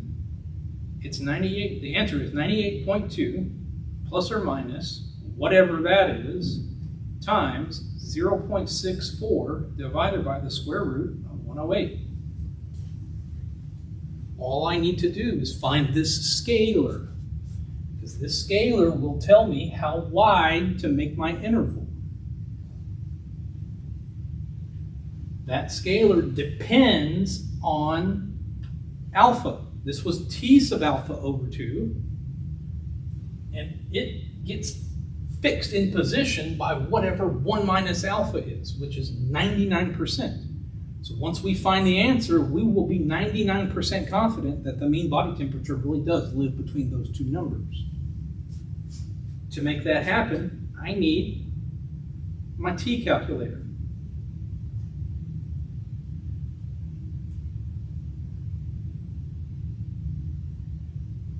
If I go back over to StatCrunch, Stat Calculators T. It's down here on the list. It's just 2 spots past normal, just a capital T. It looks just like the normal curve for the most part. It actually, here we can use this word limit again. As the degrees of freedom goes to infinity, this curve becomes the normal curve. But if the degrees of freedom is different from infinity, then this is a unique curve different from the normal curve. There's a different curve for every different degrees of freedom. And the degrees of freedom is just the sample size minus 1. So right here, I will put 107.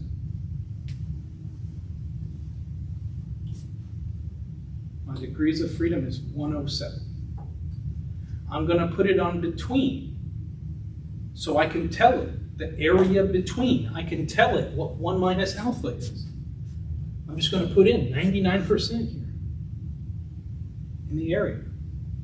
You can see already that between minus 1 and 1, that was about 68%, like we said earlier. Here I'm going to put 99%. And it's going to tell me the 2 numbers that cause it to have 99% of the area. And the positive one is T sub alpha over 2. Where do we get 107? 107 is the degrees of freedom. It's n minus 1. Oh.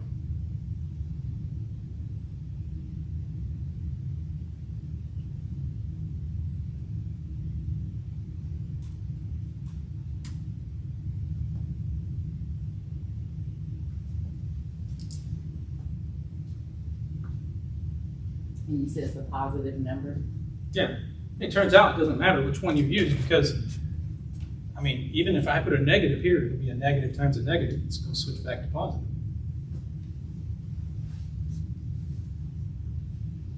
But by convention, you should just use the positive one. So, that other number is 2.6226.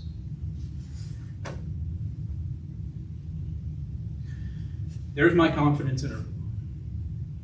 Now what I want to do is use my handheld calculator or my phone on Google.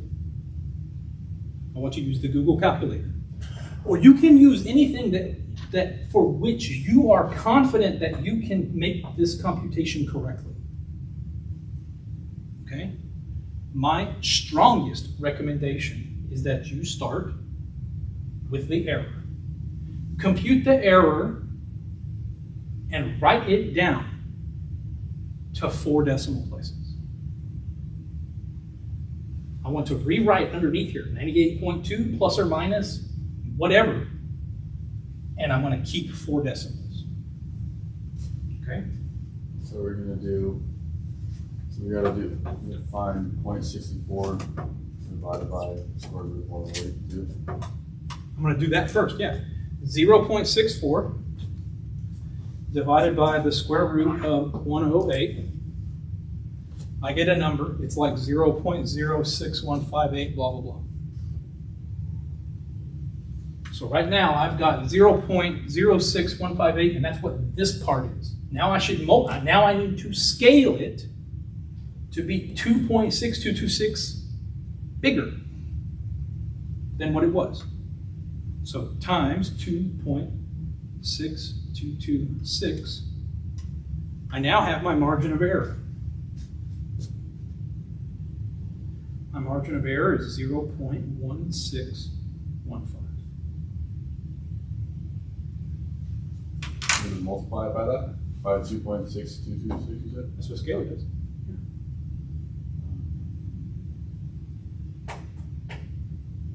Okay. If you're not sure if you're doing it right, do mine up here. See that you can get at least what I've got. And then if you can do this right, then you can do yours right. I'm stuck though, I got lost. So I did the 0.63 divided by the square root, and mine was of 108. And then I'm gonna do it to 4 digits, and I got 0.3. Not yet. Oh, no, not yet? Is that everything that's right here for the margin of error? No. No, you still have to multiply by this. So then I multiply by that times. Once I have gotten down here, then what I have written is the point estimate plus or minus the margin of error. Now I can take 98.2 minus this, and I will have the lower number. I will take 98.2 plus this, and I will have the upper number. Those are the answers.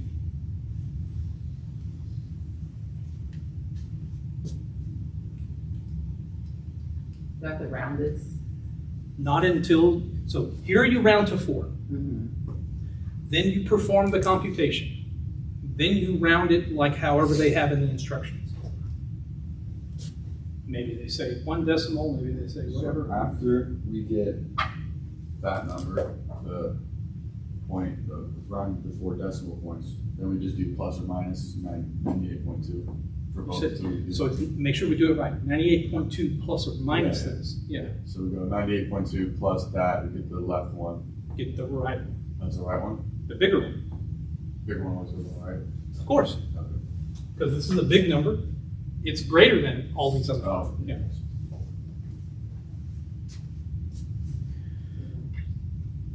We're using the temperature. Okay, so minus 98. What are you talking about? No, I'm just talking to myself. The point estimate is Is the the mean. sample mean. Yeah, yeah. That's what I was talking And about. we are constructing the interval to estimate the population. A number that we can never really get. 98.3.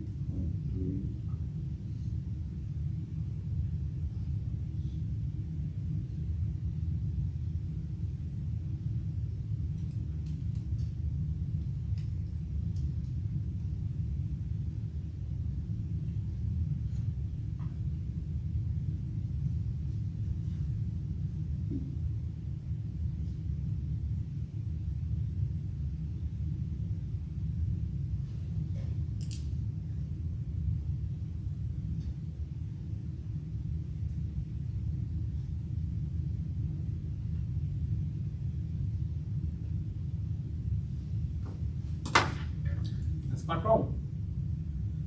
All right, type in my answers and see if it agrees.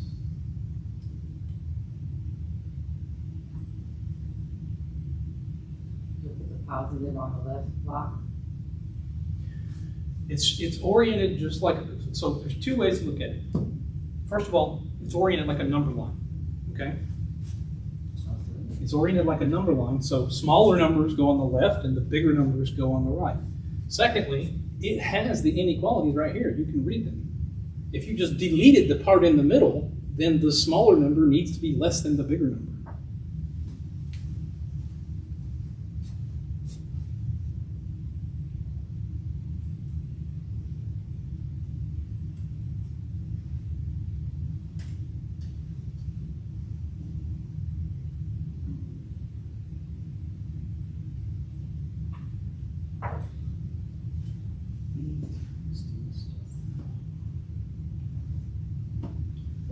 All right. Did y'all get yours?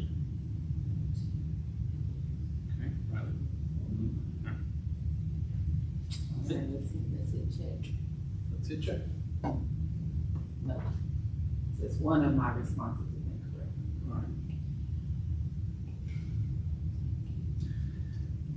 Go back to the motions. Did you put a negative? You put a negative? Don't. Put a negative? No, because it's not negative. No, You hold on. switch it around. Hold on. Hold on. I want her to misinterpret that. Because because that probably meant something very different to you than what you knew. You need to do exactly what is written in here. I have this, I add some. I have this, I subtract some. I did that though. But you made a mistake somewhere, or it would be right. So we have to go back through and find out what went wrong. Now, I'm going to go out on a limb. Actually, it's not on and on. I'm completely confident that whichever one, so you have the correct error. How do I know that? Because you got one of the answers right. So which one is right? The bigger one or the smaller one?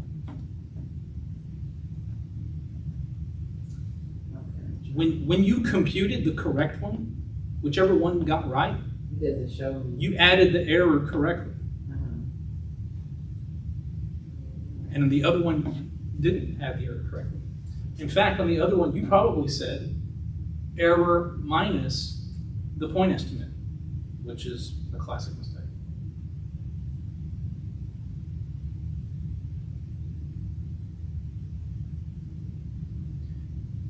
In fact, if I walked over there, I'd probably find that one of your numbers would not pass the reasonableness test. Are the answers you have typed in reasonable body temperatures?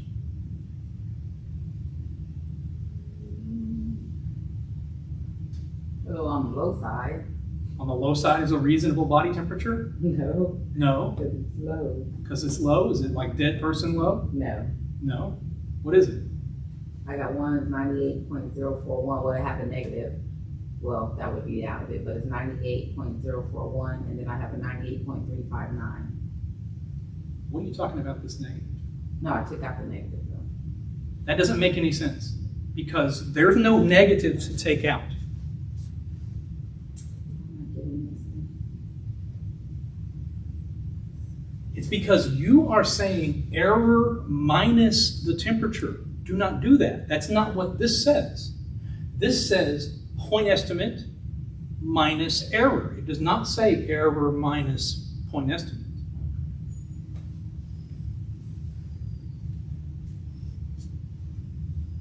If I take the error minus the point estimate, I will get a negative number. Because I'm taking this little tiny amount and subtracting away nearly 100. So it's going to be negative. In part B, what does this suggest about 98.6? When I look at this, right, does 98.6 live in this interval? It does not. Let me draw a picture to guide my answer. Here is 98.039. Here is 98.362. And 98.6 is living out here on the outside of the interval. But I am 99% confident that the body temperature should be here.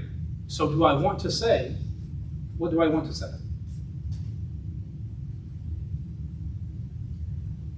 Do I want to say the mean body temperature is higher or lower?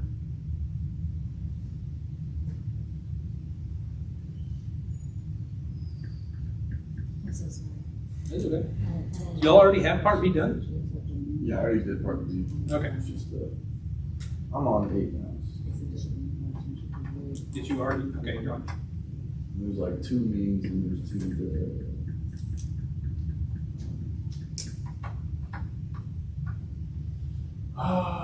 These problems make me have to use my paper. You know, look at my picture. My picture would be quasi-similar to your picture. Number line, my resulting temperatures. This is where I'm 99% confident temperature, body temperature should live. Well, 98.6 is coming out over here. Then my answer would be the real mean body temperature would be lower than 98.6. Yeah, So mine if were off. you drew this picture, I strongly recommend you draw this picture. Because it is easy to get it backward. You made the sketch, and you put your interval, and you put the claim of 98.6. Our results are lower than their claim.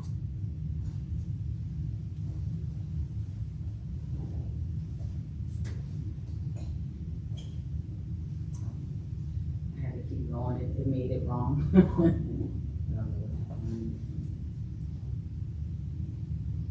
Well, what were the two numbers that you got?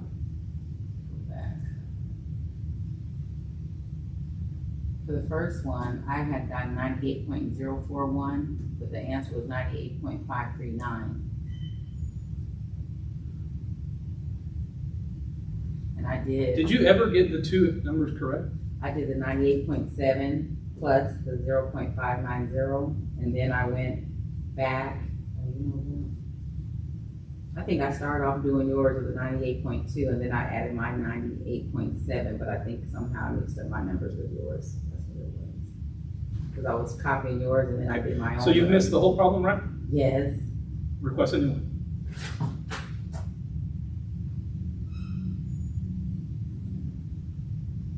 Riley, what part are you stuck on 8? There's just two of everything, right?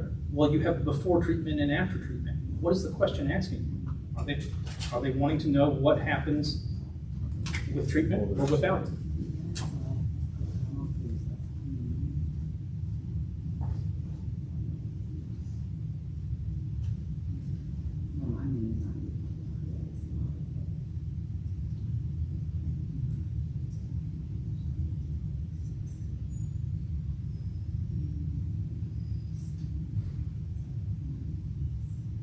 I don't know where I'm at anymore.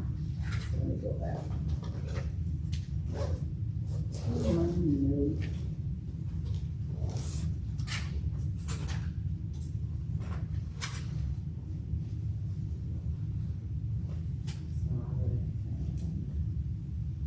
I forgot even how we were in got that now, but I'm confused. I don't know what you're talking about. So I'm gonna start over then. This is my new question. And so then, You got paper? uh-huh. You want to get one?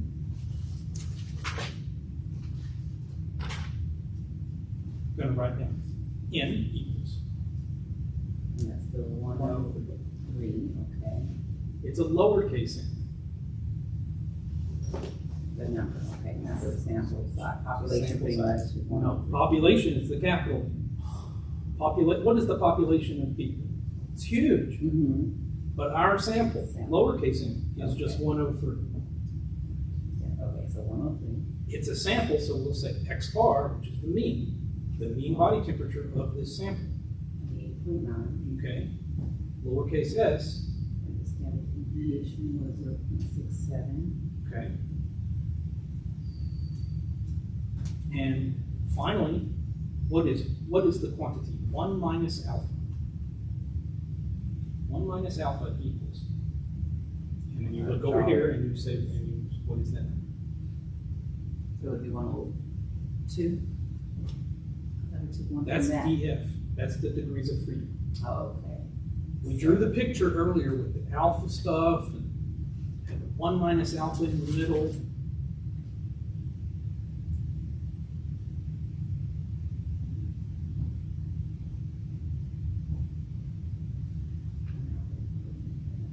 I don't know where I'm at.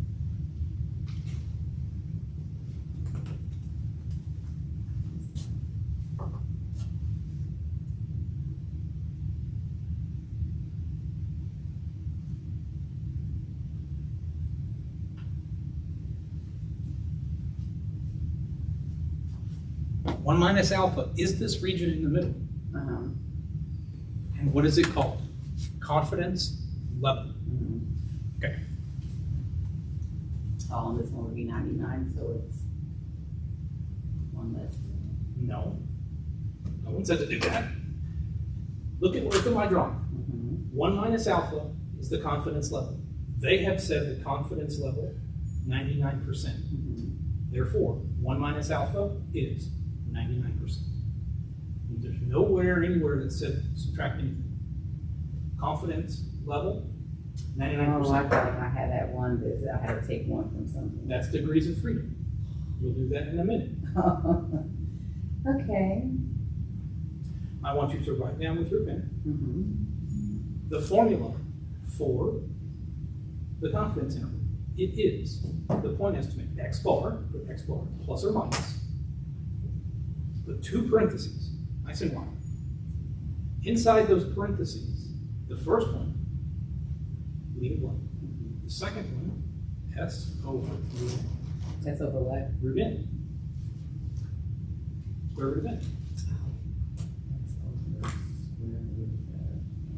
Yes.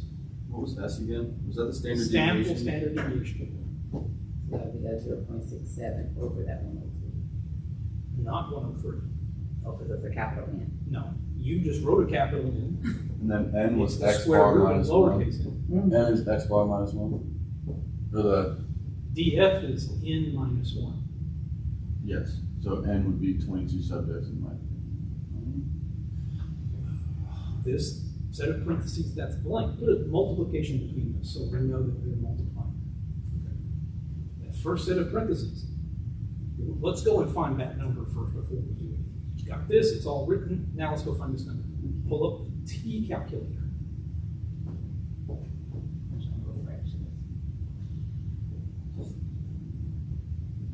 Which was N? Was it, N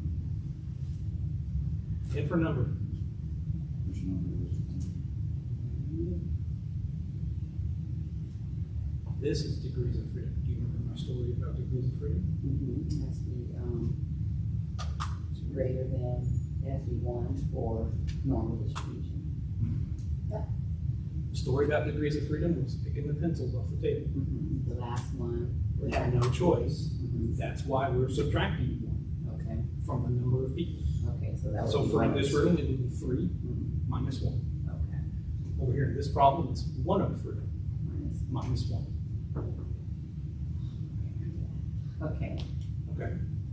Change it to between, because look at my picture. My picture is an area between. And how much area do you want between?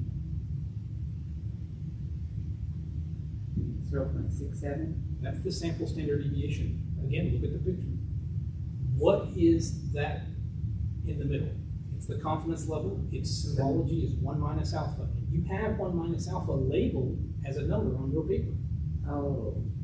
99%. Uh-huh. So put 99% of that area Right here. in the middle. Is that where area goes? Look at No, the study. here. No, No, study here. this picture more carefully. And Uh-huh. you won't ask. Okay. Where is the minus 1 in the drawing? What does it reference? The minus 1 will be the area right here. You see this number line at the bottom? Mm-hmm. It's got 0, minus 2, 2. Mhm. minus. Look at where the minus 1 would be. Point to it with your cursor. Right here. Right there at that corner of the red area. Mm-hmm. And where is the positive? Right there. Right there. That's what the minus 1 and 1 is. Okay. And the red area in this other box, it says that 68% of the entire area has been shaded red. Mm-hmm. If we go and change the number in that area box to be 95, or 99, sorry, because that's what you need, 0.99. Now, you will have 99% of the area coming out in the middle between two numbers.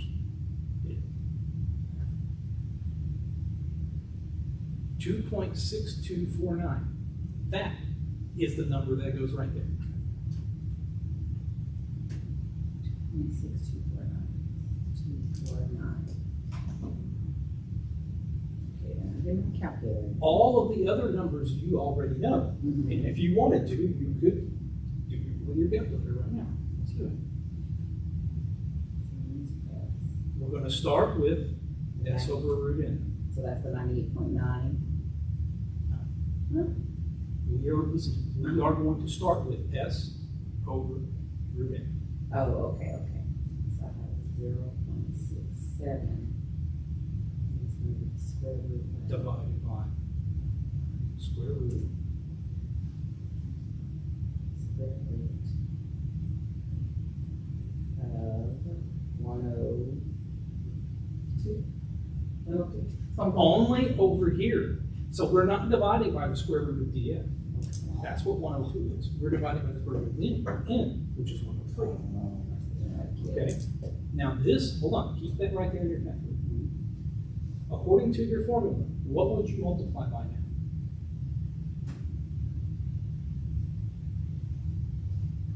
Would multiply that and this. So in your calculator, hit multiply. And then type in 2.624. Equals. Proceed. This number is your margin of error. 0. Right about to 4 decimals. Right. 0.1733. In front of that number, go ahead and hit clear.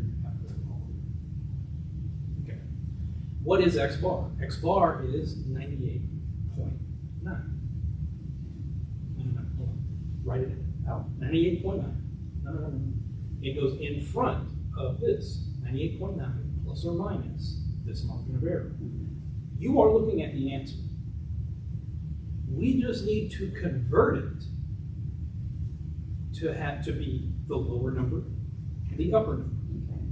Okay. So first, do the lower number.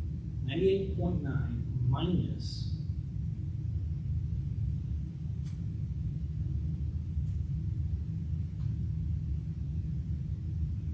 You said the other ones are harder? right. This is the lower number. So that would be on the 3, 7. I don't know how to get rid of that pop up. And then I'm gonna do the other one with the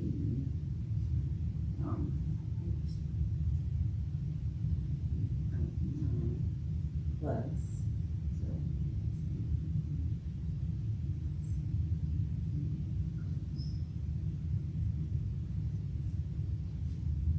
There was only 2 minutes left, wasn't it?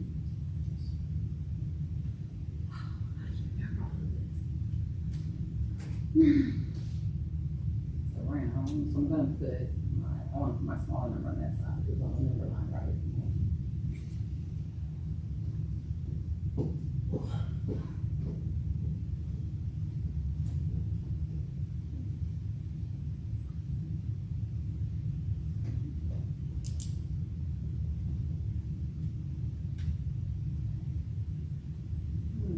So still gonna get it though. Draw a number line now and plot those 2 points on the number line.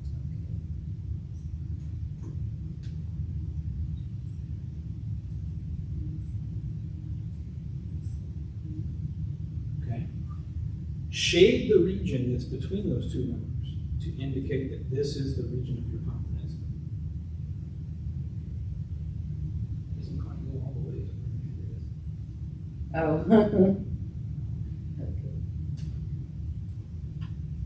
So we can say that you are 99% confident that the average body temperature is in here. 99% because of that. Now they're going to ask you about 98.6, the usual suspect. Where does 98.6 live on here? Put a dot. Okay. So there's 98.6. But this is what you are 99% sure of. So then we would say the mean body temperature is likely higher than 98.6.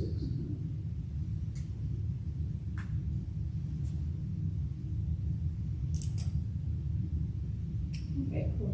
So just remember the small. No, no. Got an 8? Okay. Riley, did you get 8? Oh wait, yes I did 8. I needed it.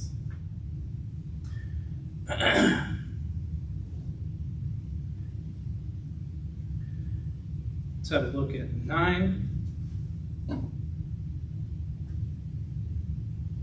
It's the old garlic to lower your cholesterol trick.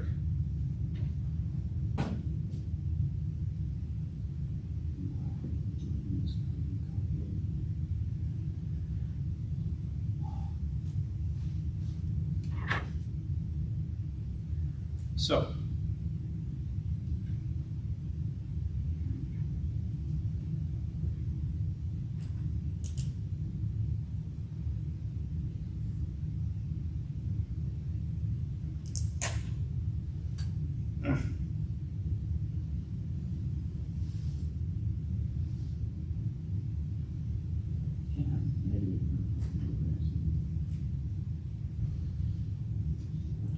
I need my four numbers, N, X bar, S, and 1 minus F.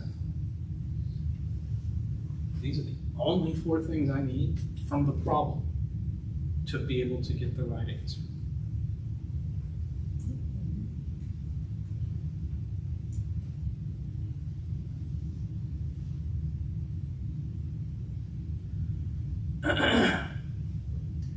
In my problem, on number 9, we're going to test the effectiveness of garlic in lowering cholesterol. I have 48 people being treated with a garlic tablet.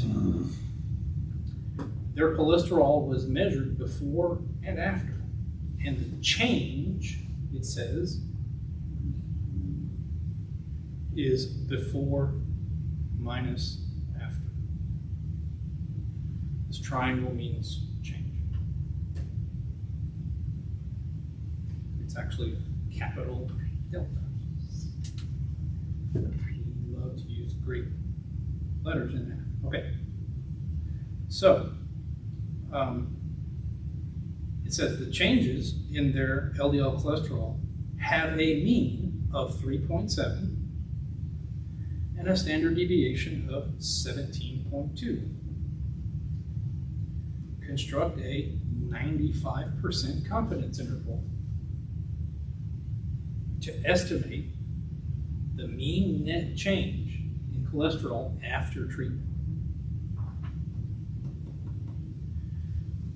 Before I get started, let's analyze this part.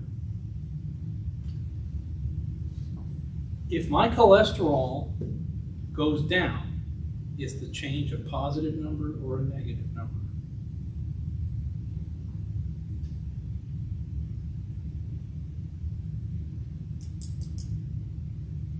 It'll be negative.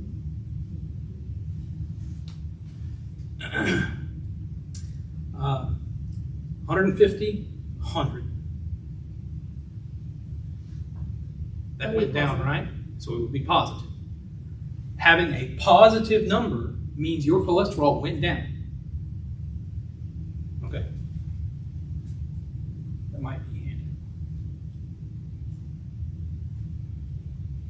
All I need to do is, so I'm going to have the good practice of writing down X bar plus or minus this thing, which is T sub alpha over 2 times S over root N, and it will keep me organized.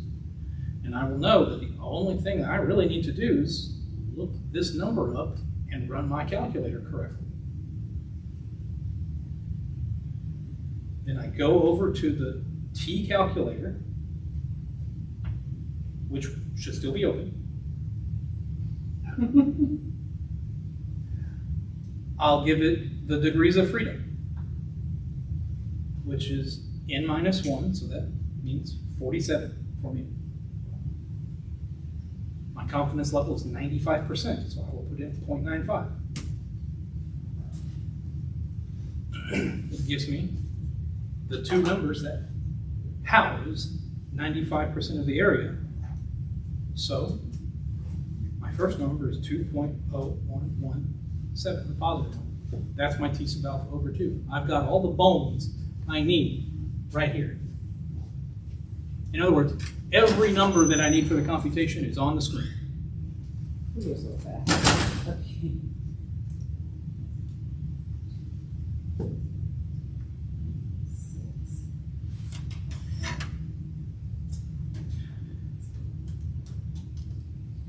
The first thing I should do is compute the error.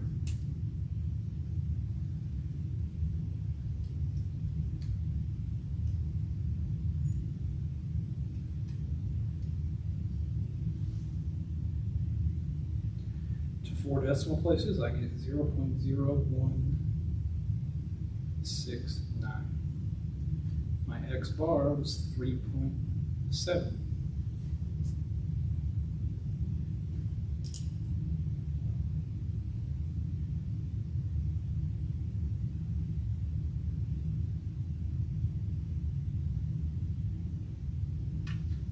Oh, I messed up here.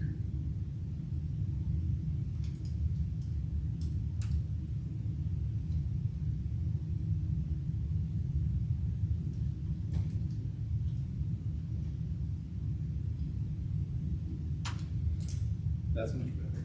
4.9943. So what did I do? I found this number from the T-calculator. It's my scalar. It's what's linked to this probability that I'm right. I have S, I have root N. They gave that to me. I didn't have to do anything to get it. I computed the scalar times this standard error, and I get my margin of error. This is my confidence interval. And I'm now ready to write the lower number and the upper number.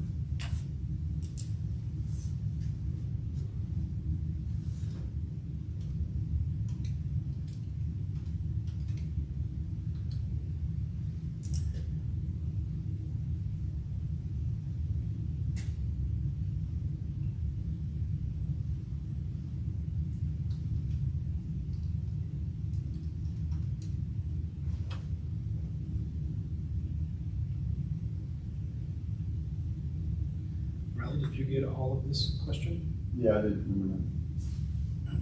Okay. What number did your interval end up containing? Which number of significance? It was negative 2.46 and 9.06. So what is a really important number that's in between those two? 0. One of them's negative, one of them's positive. That means 0's in between. And if we're going to be 95% confident that the mean could be any number in here, then that potentially means the mean could be 0. And if the mean is 0, there's no change. Garlic's not effective. And that's how you use this stuff in the real world. Garlic's not effective for treatment? No, not according to your study that you just did. According to mine, According to yours it is? because it doesn't. Because both of your numbers were positive. Yeah. Yeah. Change, lowering your cholesterol resulted in a positive change. But since I have negative numbers. Since you have a Does negative that and a confuse me? positive. Does that confuse me? I'm like, you can't have negative something in your body. But this is not the negative of something. This is the change in cholesterol from treatment. And if the change is negative, then that means your cholesterol went up. Because what is change, according to their definition, it's before minus after. If before it was 150 and then after it was 100, then it went down, but you ended up with a positive number here describing that change. Oh, and if it was like 100 before, now it's 150, then it's a negative change. Then that's a negative number, and your cholesterol went up. So these people down here in the negative region, their cholesterol went up. These people's cholesterol went down. 0 is in the middle. You can't conclude that it's effective from this or from that. However, very effective on getting rid of vampires. Is it though? I don't know. I was gonna say, is it? Did you do a scientific study on that? No, actually, yes, I did. This is actually kind Where'd of you fun. find your vampires? Right. Well, there was this one girl. There was this one girl that I was, we were mingling together and everything, and she hated garlic. Like, couldn't stand the smell of it or anything. So I kept telling her that she's a damn vampire, and I'm pretty sure she was. Did you lose a pint of blood? No, she just sucked the life out of me is what she was doing. Did you all get question 10? Yes. No, I don't get it. You don't get it. There's a bunch of numbers on this thing. Regina, did you get number 9? I did it like this, but it's still wrong. Kiara, what was your trick on number 10? You have to find the stuff first. You gotta find the stuff first. So I don't want to do that. I make my, why not? It's Stack Crunch. Like just that. easy. And what is the utility in StackCrunch? Oh, this was the, Jiminy Christmas. You need to make your list with these 4 things. And what will StackCrunch give you? These 2. Summary stats, columns. Open the data in StackCrunch, stat, summary stats, column. You can have that information in seconds. So I did it twice and I keep getting these numbers and I did all the steps. So I'm missing something? Mean was N, right? N? Show me your No, key code. mean was I keep for the X X, bar. X bar?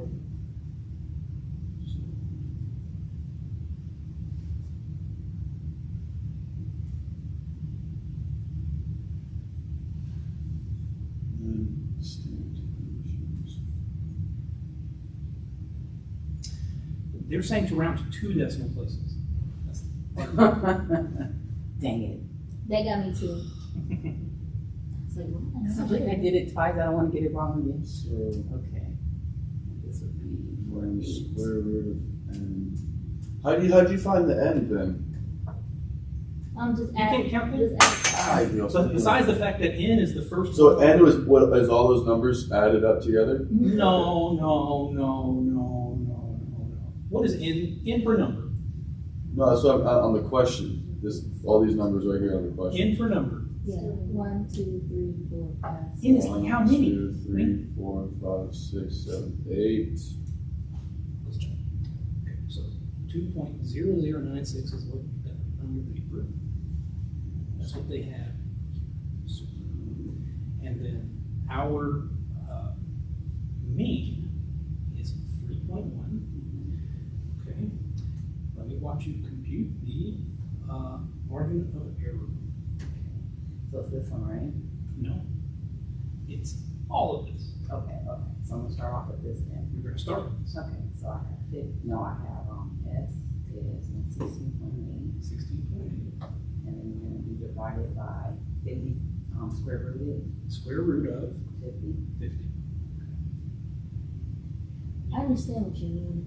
When he said add them up, in my head, I was just thinking 1, 2, 3. Count them. Yeah. Okay. That's an add like 128.3 plus 136.7. See, my mind did not go there. Yeah, He's that's like, your fault. no. That's what I thought. Mommy. Because I'm not rounding to 2. You're not completing the error. Oh, times that. It's like you looked this number up and wrote it down and then didn't use it. Times. Google. This is the margin of error. Okay. Write it down to 4. Find the square root. 4.7746. Okay, that's our margin of error. Now we need That to would get go further. here though, right? Yes. So it's 3.1 plus or minus that.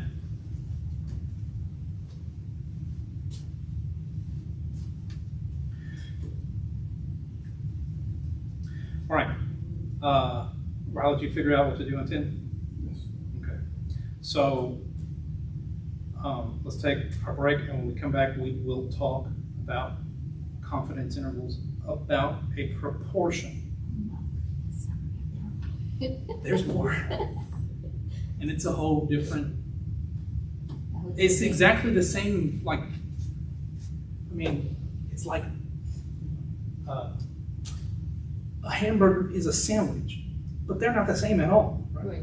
But they have the same principles, so it's the same idea, same principles. The answer is still the point estimate plus or minus the error. But the point estimate is different, the error is found differently.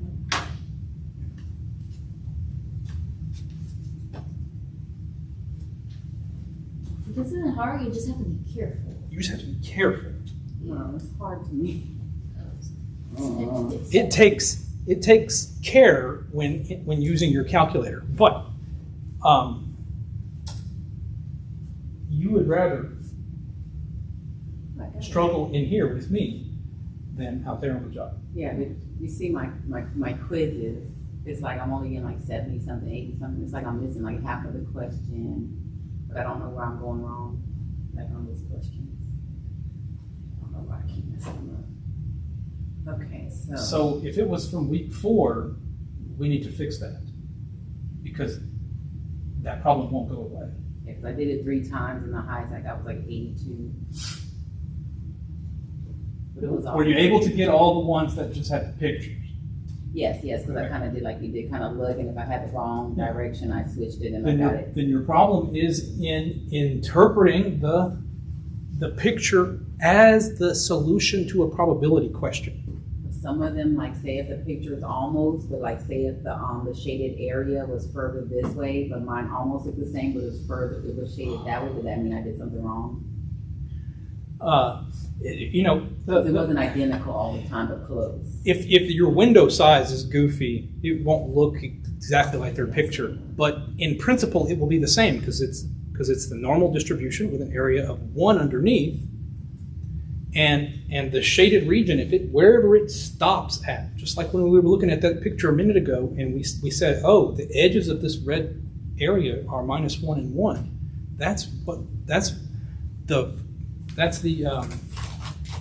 It's referencing the numbers on the line at the bottom, and you just extend an imaginary line up, and it forms the edges of the region that gets shaded.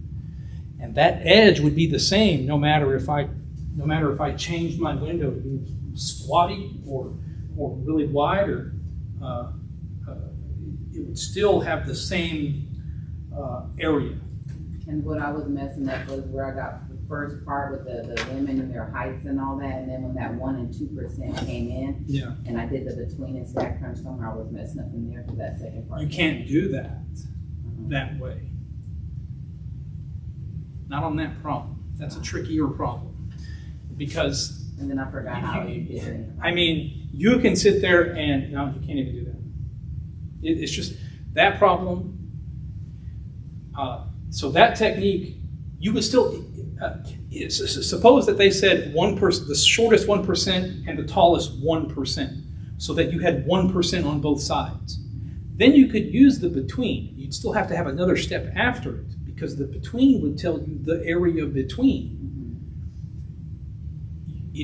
We would have to say, I want 98% of the area between. If 98% of the area is between, I only had one. you didn't have a symmetric interval was the problem. Okay, because you had 1% down here and 2% over here or something like that. Yeah. You need a symmetric interval to use the between. If the interval is asymmetric, then, and if all you're doing is plugging in areas, you need to do them one at a time.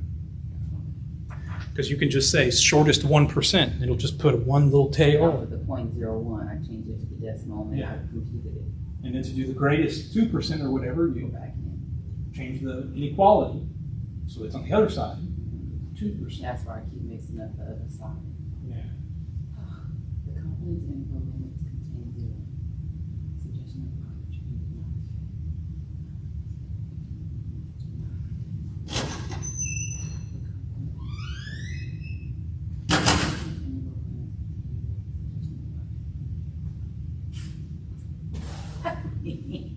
Look at my answer.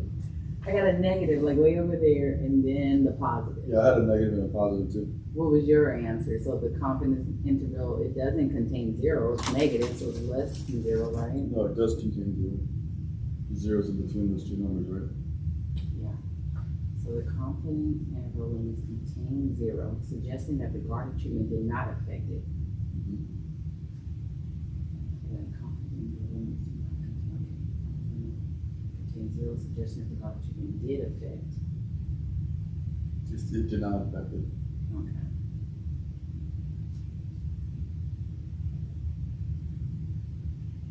Yeah, I can follow along with him and I'll still be getting it wrong. Then when I go home, I'm just clueless, even with my note. Hold up. This is hard to me. Did y'all do number 10 already? What? Okay, try them all. Is it the same as the other one? Step back and Yeah, stuff like that. You gotta find the, you have to find stuff. Which ones are you doing right now? I'm not. So what I'm doing is like, I'm writing down a question and I'm writing down my steps. Cause if I don't write it down, I'm not. I just wrote down the steps for that, at least the stupid fucking interval ones, whatever the hell we just fucking did. Yeah, I just put question number 8, question number 7. I guess I'll go back and do it, 'cause I ain't got no room. Yeah, so like, I have to go, then I put my steps in StatCrunch, because I tend to forget how to go through StatCrunch sometimes. And so that's what I have to do to remember. Oh, yeah, I should probably, that's a good idea. StatCrunch. I bet he's like, I'm retarded. I just never been doing numbers and calculators.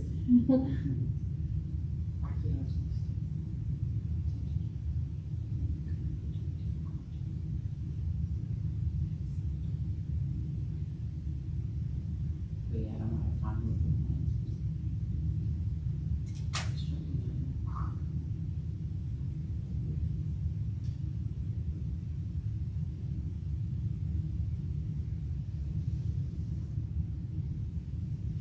You do know. You do know how to find those answers. Not this one, number 10. Because I don't know what to do with all those numbers. We do know how to Yeah, find you the do. answers. You just gotta go find the standard, you have to go to here, you Remember StatCrunch? remember We use StatCrunch, when you find the gives it to us. medians, the fucking standard deviations. Oh, and that's the numbers I'm putting the end of this and that from this. Because you already have the n, you already have your 1 minus the alpha thing. So you need to find your standard deviation and you need to find your mean, which StatCrunch will give us that. It was stat calculator and then what? Oh, wait, no, summary stats columns is what it was. Yeah.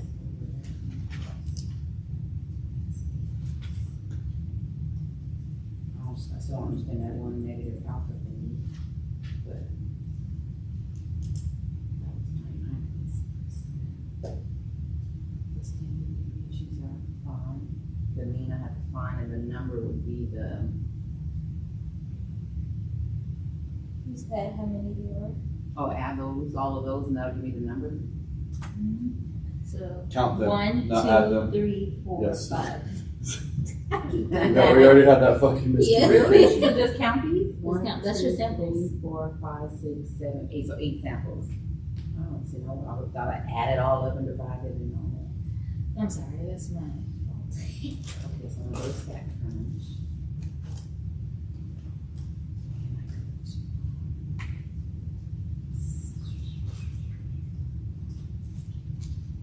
Summary stats column. Go to stat, summary stats column. And then you hit var 1.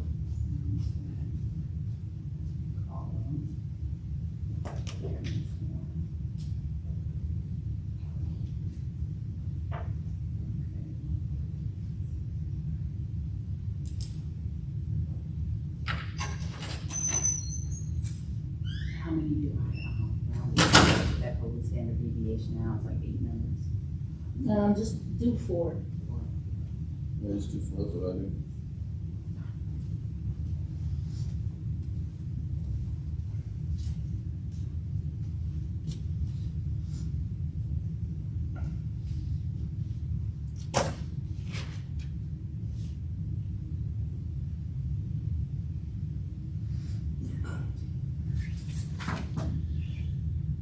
Confidence intervals about a P.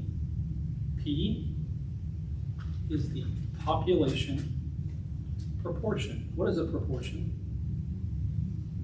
It's like a What's a synonym for proportion? Fraction? A fraction, a percentage. oh no. The fraction thereof, the percentage of. Me and fractions are not friends. Now, so just think of it as the percentage of something. It's the same difference. P is the population proportion. 68% of the population, has a healthy blood pressure, something like that. You know what I mean? That's the population proportion. P hat, because it's wearing a hat. And that's the official term, P hat, is the sample proportion. Kind of like the little N and the big N. Yes. For every different type of statistic, there's the one for the population, there's the one for the sample. Okay. So the And first one should be a big P. it's a lowercase p, just without the hat. Okay. So you said it's a lowercase? The first one or second one? Both of them. These are identical, but for this one has a hat to indicate it's the sample.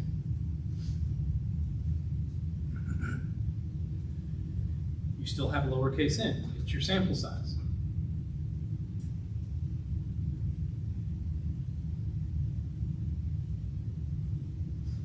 The answer to the confidence interval is still the point estimate plus or minus the margin of error. Our best initial guess for what the population proportion would be is what the sample proportion is. This is our point estimate.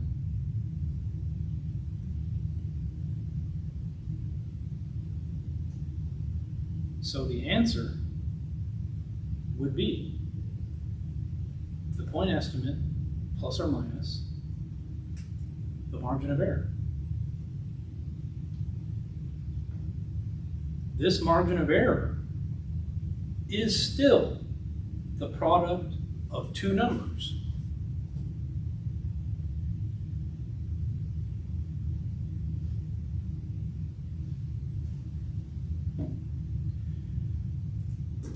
Remember how this one was the standard deviation divided by square root of n? Okay. It's largely the same in that you have an n. Up here in the top, you have something, except we're going to take the square root of the whole thing. It's going to be the square root of p hat times 1 minus p hat over n. Take a square root. So that's the second one. Yes. Don't get ahead of me here, though, until we look at this carefully, because I want to simplify this some with some algebra. This other number, in the problems we were doing, it was a t sub alpha over 2. And we had to use the t curve. Here we're going to use the z curve. So back to the normal curve. There's no degrees of freedom here. It's back to the z curve. So instead of t over x squared, whatever, right? Alpha over 2. Alpha over 2. It's going to be z alpha over 2. Yes.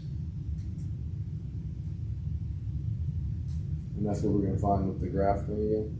Yes. Okay. The z sub alpha over 2 is going to come from whatever our level of confidence is. If they say 95% level of confidence, then I will go to my normal calculator. I'll put 95% of the area between, and the positive number is this number. Okay. Now, I said we could simplify this some. So, I want to do that.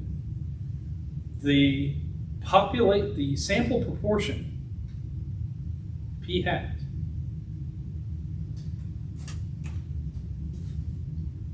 it is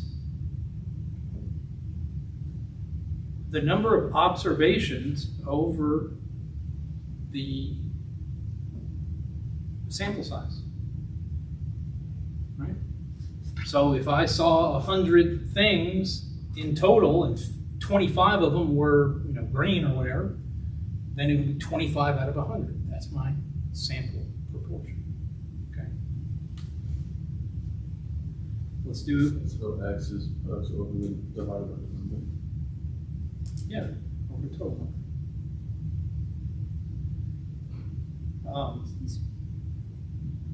Let me pull up the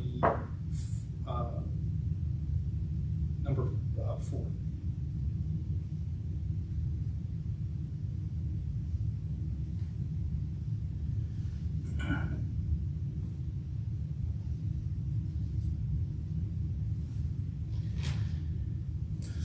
In number 4, it's about births of boys compared to girls. Actually, here they just say boys. We have a random sample of 858 births in some state. That sample included 422 boys. If I make a little probability table, you could put boy and then not boy. You could just put girl.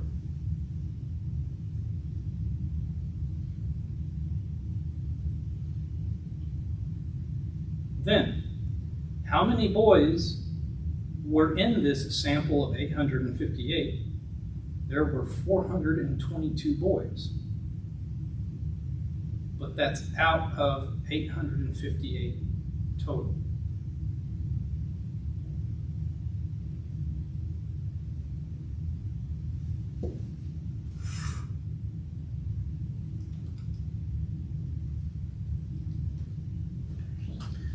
For the girls, that's 436 out of 858.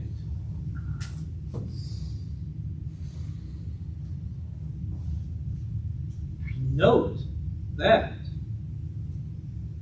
this is p hat. It is the proportion of this sample that is boys. This is 1 minus p hat. It is the proportion of the sample which is girls.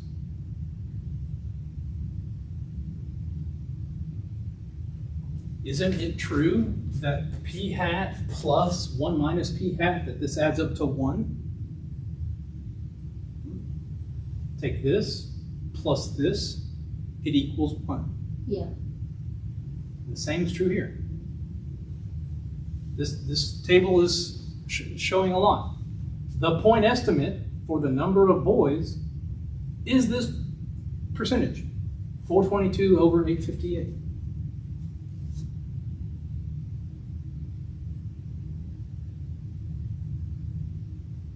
The point estimate for the number of girls is just 1 minus this, because this must add up to 1.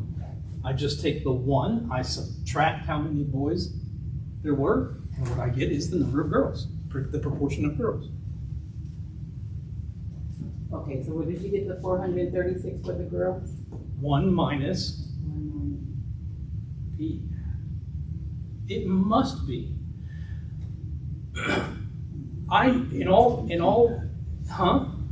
What? I don't have anything about girls online. Am I missing something? Yes, you are. Because my number 4 only has a sound. I want to make a probability table. For this to be a probability table, what must the sum of all the outcomes probabilities be? Have to be the number, the total sample size. Oh, the 858. That's what the numerator must be. Well, If I add these two together, the numerator is 858. The denominator is 858. And 858 over 858 is 1. Because the probability that you are a boy or a girl will be 1. You're going to get assigned one of those at birth. And the sum is 1. It's a guaranteed event. Okay. They told me that 422 of them were boys. It must then be the case that 858 minus 422 is 436. That's how many of them had to be girls. It's the sample size minus the part of them that were boys. That's the rest of them. So the 436 is easy to get. It is also true that this 436 over 858, it is just 1 minus p hat. It must be. Because this is p hat. And this column must add up to 1. So it's got to be 1 minus p hat. so we're talking about what we're square rooting on the right, on this equation that we had. They give us, there's like E equals the Z over alpha 2 Mhm. Like the other one was the. Right, so the thing I'm wanting to simplify is that error. Over number. So to check it out, that error is p hat times 1 minus p hat over n. Take a square root. So, If I, realizing that this is what the scenario expresses to us, then I can just put these numbers in here and get a lot of simplification.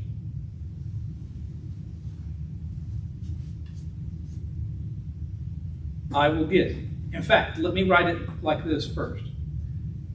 1 over n times p hat times 1 minus p hat.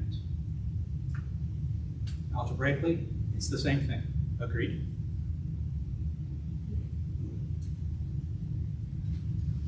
Then, n is 858, and so I'll have 1 over 858 times 422 over 858 times 436 over 858. The result right here would have 858 in the denominator 3 times. This has an 858 cubed in the bottom, and in the top is 422 times 436.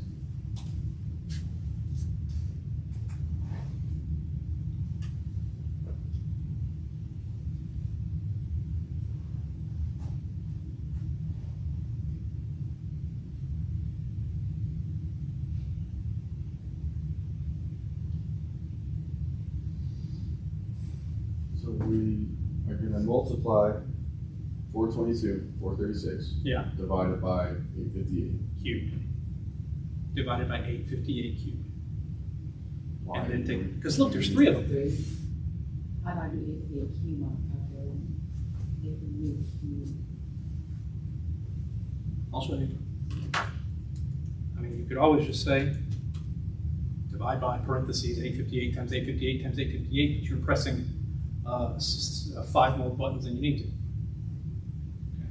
So, So that's what we're gonna need to do to solve the p hat. this is what I recommend, yeah. 422, And then we square rooting it and everything. yes, divided by 858 cubed. That's my margin of error. This is not that bad. It is terrible. It is not. This is So the I'm worst gonna thing in do the world. this times this, and gets this, Yeah, I and think then this it's- times this, times this, and put it here, right? And then cube it up again. No. No? What is this number? Where did it go? I times 424 and 433. Okay, press divide. 857. Don't press anything after the 7. See the symbol? Press Hold on. the 3. P That's hat. cute. Close the parentheses. How do you close it? Equals. Press equals. Put that under here. Why would you? Oh, that's the answer, okay. No, that's these 3 things multiplied. Mhm. Look at how I have a square root of it. Okay. You need to take the square root of this now. Do I have to write this down though? No, this is way too much to be right. Okay. Start over. Start off with the square root symbol there. Square root 424 times 433. Divide by 857.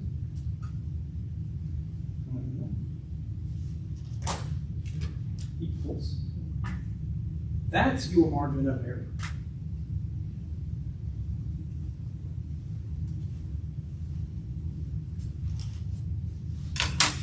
$422. 6 million. No, you're going about it wrong. Right? No. No. So I can't just divide them and. We then want the square it. calculator to work for us, not work for it, right? We don't need to write all this stuff down. How do I do it on Google's stupid calculator? Because honestly, Start off with the square root symbol. Start off. This is 58. I don't know. It's like, Okay. Square root center. What's the numerator comprised of? It's comprised of 4. 421 and 337, or 437. Multiply them together, and then divide p after that.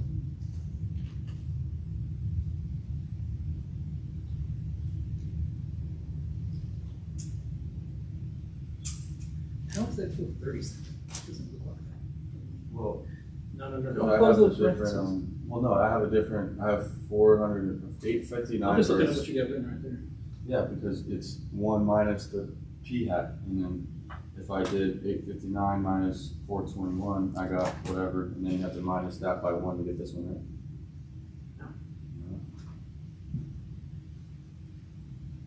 No, you're confusing, you're confusing Yeah, we have having to a get number the and numbers. subtracting 1 versus having two numbers that add up to 1. This number has a name. It's p hat. This number has a name. That name is 1 minus p hat. Don't let this business of having something being subtracted here get in the way of that. This is the name. Okay? It is this number. These two numbers must add up to 1. Look at how my two numerators here add up to n. Okay? So Alright, so then it's just 438 for me. if I added together these two numbers, do they add up to lowercase n? 421 plus 438. They do. Very good. Now, square root.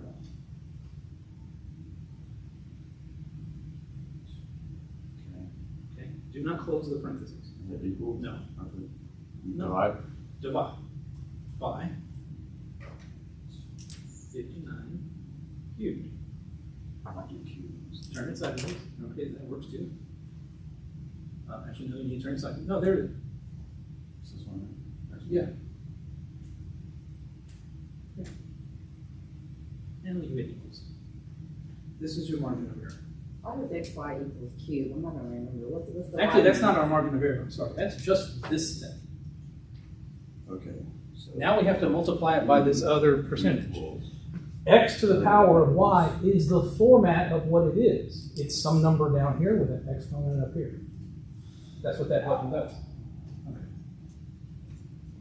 Okay, so I have my margin of error. how far should we go? So, And then now, after I get this one, then do we do the graph part? you need to multiply it by the scalar to get your margin of error. All that we have done here is compute, and I have it written incorrectly up here. This is not our margin of error. This is just the standard error. We still need to scale it by z sub alpha over 2. Yeah, so to find the z sub alpha 2, that's on the graph part, right? That's on the normal calculator. This is not that. This is the square root of that. Okay, Square root. so. And then the df would be 859 minus 1. There is no df. All right. It's the normal curve. Put it all the way down. Not that far. Right here? Yes, right there. Square root of all of that. The square root of all of that Mhm. is this number. Okay. Okay. We need to multiply this number by z sub alpha over 2. You want to be, how confident do you want to be? 95. Normal calculator. No. Over here, normal calculator. You're talking about this normal calculator? That's the only one. Normal, like normal curve, not regular calculator. Normal, okay. And then I'm going to do. Between 95%. You're going to get 1.96. So you can multiply this by 1.96. Now you have your margin of error. I don't know what to help in this calculator. What's the problem? What do I put? Mean How much estimated- area is that? Is it the amount of area you want in this problem? You want that much area. Is this 95%? No. Make it so.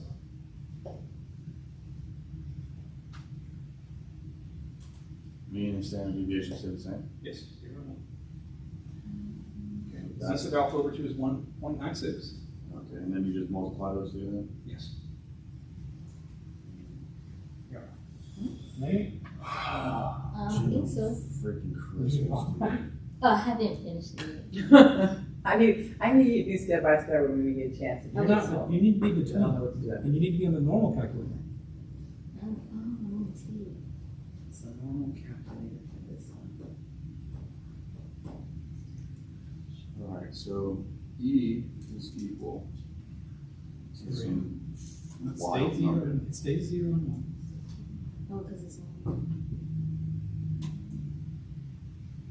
Here you want 95%, you'll get 1.96. So that's your Z sub alpha over 2. Now that you've got the margin of error, you know the solution from here. It's the point estimate plus or minus the margin of error. The point estimate is p hat. So what did we just find? So now we're back to the original thing, right? Are we back to the original equation or something? Look at what it's written up here. This thing here is p hat times 1 minus p hat over n. You are more than welcome to find these as decimals and say that decimal times this number divided by n, take a square root. But in my experience, this is easier because it's the square root of this times this over this times this. So I get all that. Okay. So I And already you I said, finished and your everything. question was, what did we find? You found this. Yes, I found that. This And is then that I thing that multiplied gets it. scaled. Yeah. So now So then, now you have your standard error, or your margin of error, the thing you write Yes. down to 4 digits. point estimate, right? The point estimate is p hat. The thing you found is the margin of error. Okay, and then I multiply the margin of error by Z alpha 2. By The Z- margin of error already has been multiplied. This is like the standard error of the proportion. Okay, it's the margin of error was the multiplication of two things, right? Right. Follow. Yeah, because I multiplied. This is just that second thing. No, I don't think I understand the question. You asked me, what did we calculate? Yeah, so I did that part with all the cubes, things, and everything, right? Yeah. I multiplied A by B, Uh-huh. and then I got my number. Okay. A times B is the margin of error. Okay, so my margin of error was 0.03342. Okay. And now, Now what? Well, That's just I have like a margin of error. I got you. Just like in the previous problems, the answer is the point estimate plus or minus the margin of error. The point estimate is this. So find this to 4 decimals. Write it down. you said put 858 to 4 digits? Is that what this is? Is this the number 858? No, so I divide that and then that'll give me the, So I know what you mean when you say I divide that, but here I am pointing to one number. It's this number. This number, the proportion of boys, is already divided by 858. To compute the proportion of boys, I need to take 422 divided by 858. Write it down to 4 decimals. I don't take this and divide it by 858. I take 422 and divide it by 858. 422 divided by 858 to 4 decimals, I get 0.4918. It's about half our boys. Makes sense?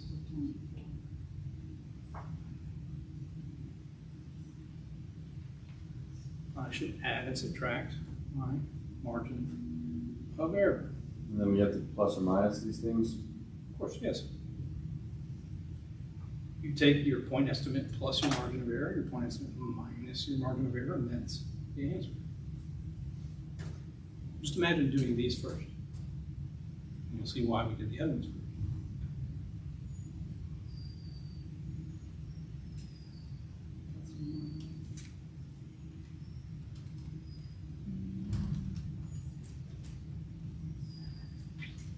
So I do margin of error plus plus my point estimate and also minus my point estimate.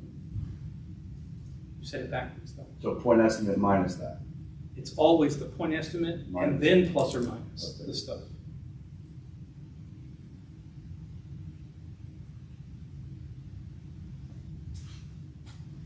Oh.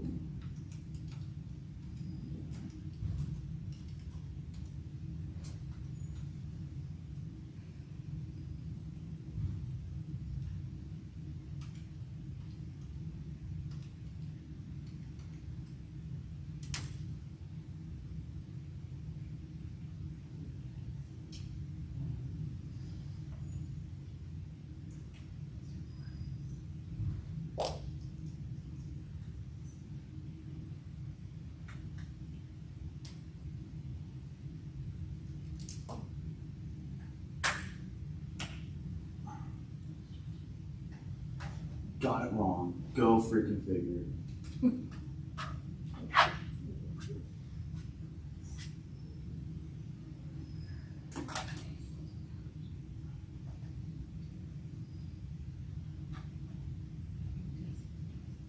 It's just growing pains. Gotta get something wrong before you can get it right all the time.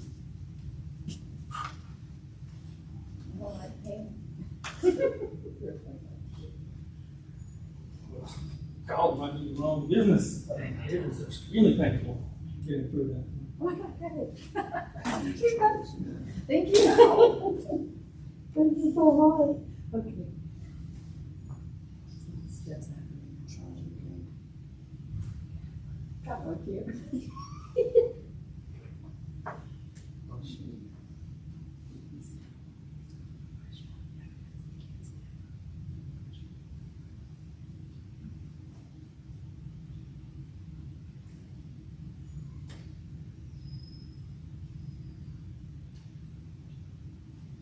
Yeah, this for your margin of error. See our margin of error. 0, 3, 2, 4. Okay, so we can start there again. We've got the right margin of error. Then, your point estimate's just 421 over 850. 421 divided by 859. Yeah, that's right. 0.4901 Okay. 0.4901 plus minus, or plus whatever. minus 0.0334. Oh, you got 4 digits, bro. Not a problem. Oh. So that's the problem. It is the problem. It's not like it changes anything though. It's contained. So mine is because my margin or whatever is 0.513 between there, so it would be this answer. So I'm looking at. So, it is believed, so here's somebody's, claim. They're saying in our state, 51% are boys. Well, this thing contains that number. Okay. So it's completely plausible that that claim is correct. So they're just showing you because that is contained within the 95%. Right. Okay. I don't know where we're wrong. No, it's correct. It's incorrect. No. Let me read it. All There right. is strong evidence, not against, but for. It all says against one. There is not strong. There is not strong evidence against it because it is contained in the interval. Strong evidence against it. All right. It's not. What you wanna do? You wanna do another one? You wanna fix this one? Well, we can't fix this one. We wanna find out what you did wrong. Yeah, I wanna find out what I Okay. did. Okay. What's your margin there? Don't have it anyway. Read it. Listen. So I got 0.017. This. And I put it on 196 and I multiply these. This is your margin. Yeah. Okay. Yeah, That's half of that. If you can get this number, you can do the problem. So now, this has already been multiplied by 1.96. Okay? Yeah. Okay. So then, I need to take my point estimate. What is your point estimate? It's 421 over 863. Oh, So 421 over 863, you should be getting 0.4878. because I didn't.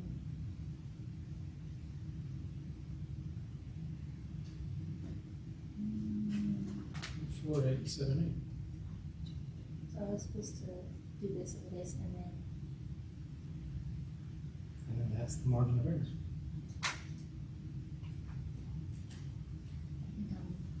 Like, if I labeled this thing capital E, label capital E equals that. The answer will be P hat plus or minus E. Right? P hat plus or minus E. Okay. Underneath it, you can write down what P hat is. P hat is this number. Let's find it to 4 decimal places. That's what I do.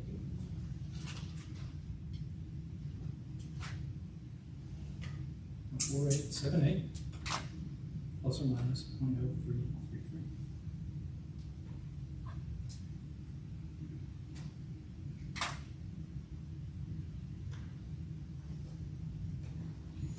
When I subtract the two of them, I get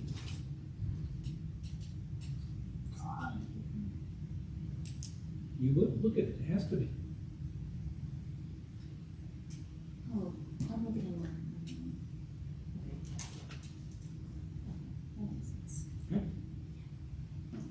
I didn't do this step. I think I used this, which I went close to because that was for this one. That's really wrong. Yeah. Now, because of the this. So this is how it goes. To do the problem, I need this number. It's more easily viewed this way. If you leave these guys as fractions, it just becomes, it has the same denominator 3 times, and we're taking advantage of that. It's the only thing that's going on. Instead of dealing with a 4 decimal number times a 4 decimal number over this, and I take a square root, I've just got these two things multiplied together over that thing cubed and take a square root. It's all integers. There's no rounding error. Because this stuff is extremely sensitive to rounding errors. In the next problem, number 5, it's about yellow peas and green peas.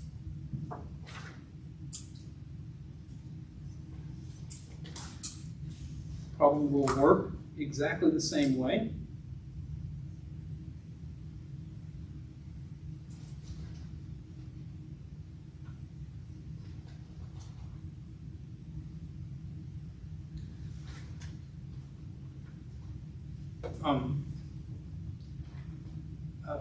So they want me to construct an interval to estimate yellow peas. That means the yellow peas will be my p hat. How many yellow peas are there? Well, I have 151 yellow peas out of some total. The green peas, I have 414 of them out of some total. They did not explicitly give me the total.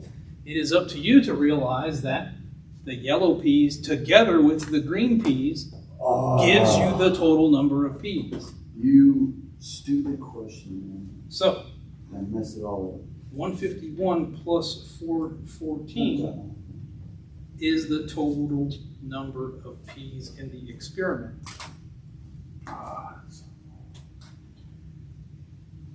That gives this is p hat, and this one must be 1 minus p hat, because it's just the rest.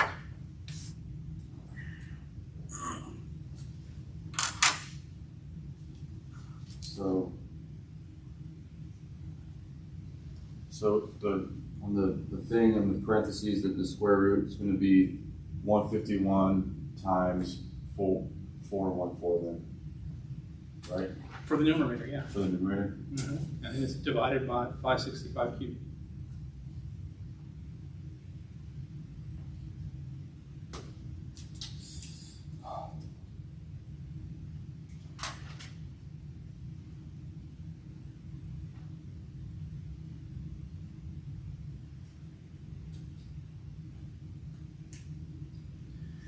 Now, Kiara, I do not recommend that you compute the numerator and then write down a big number and then compute the denominator, write down a big number.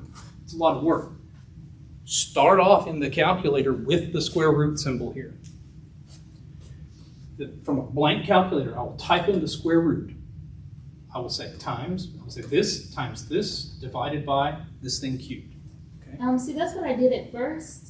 I just did it exactly like this in the calculator, and I got this number. And so when I went through the question, I got it wrong. So I was like, well, let me start here, and I scribbled it out because it's the exact same number as this. So when I wrote it big like this, I still got Oh, that you number. just check it. Yeah. Okay. So when you do it this time, you're not gonna bother with that? Yeah, no. Okay.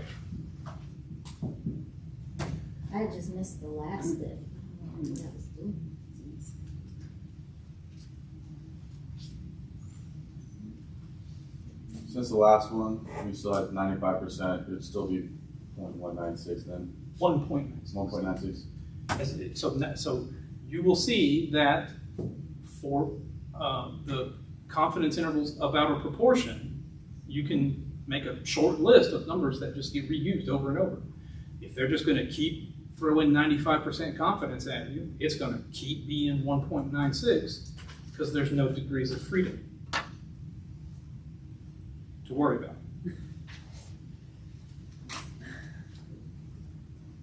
I want to make sure I got that square root right. So then I had gotten, Yellow. I want you to start off with the square root on the outside.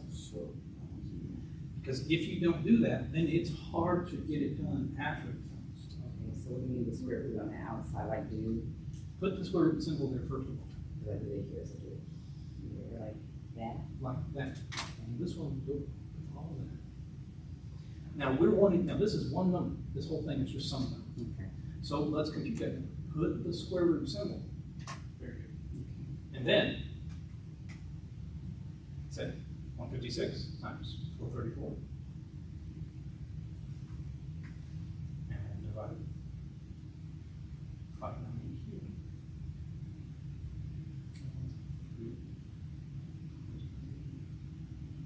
Equals. Now, you have that number stored in your calculator. No need to write it down. I mean, you can, but it's not going to help you because immediately afterwards, you're going to multiply it by something. Something associated with your confidence level. 95%. So since your confidence level is 95%, again, we know that if we went to that normal calculator and put 95% of the area, we would get the number 1.96. So you have to multiply that by 1.96.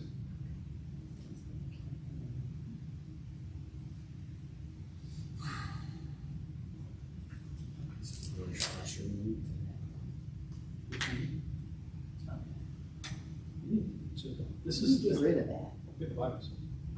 Ain't gonna have Norton. Because the virus will install itself to defeat mortality, to not look at it. 0.95. You'll get 1.96. No, yeah, there you go. Sorry, I mislooked. I thought that was it.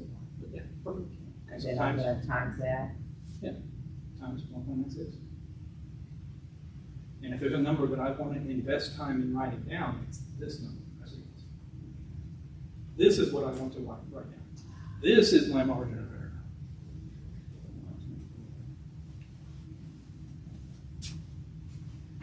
So here, for me, I get my margin of error is 0.0365. My point estimate, P hat, is just 151 divided by 565. Well, so let me see.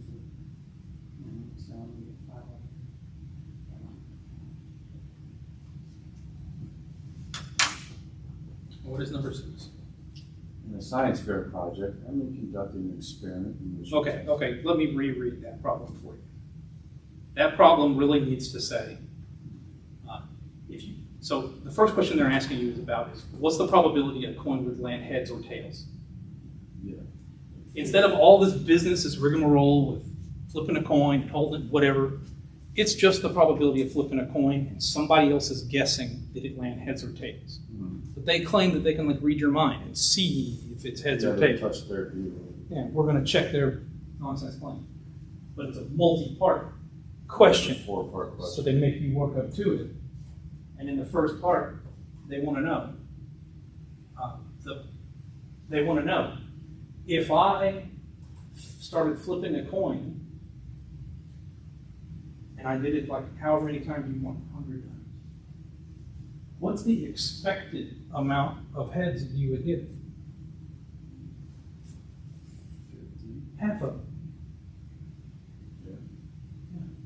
So if you just guessed randomly, if I started flipping the coin 100 times and you guessed randomly every time, you'd be right half the time.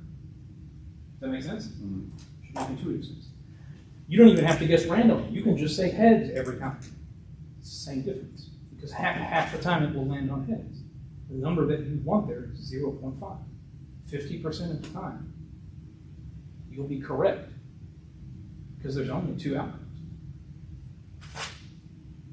So to find my p hat, I had to do the 156 divided by the 590, right? At the very end, and then that's where I get this, and then I subtract that and then add that to that. I'm really uncomfortable with the order of the subtraction part.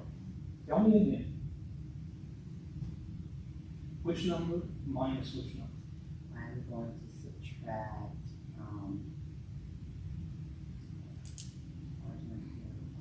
I'm gonna subtract the smaller number by that number. When you say by, it's kind of confusing. Because, I can't remember when I subtracted first. well, for sure the answer is p hat plus and minus the number. So I'm literally saying p hat Oh, first. so p hat would be The first number I type in, and then I would get the minus. this number. P hat minus the error. P hat minus the error.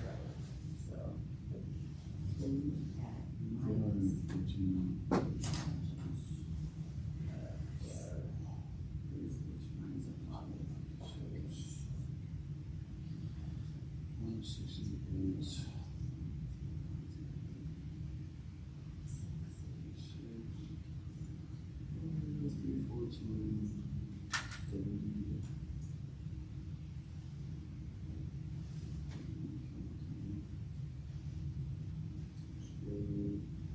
Work that.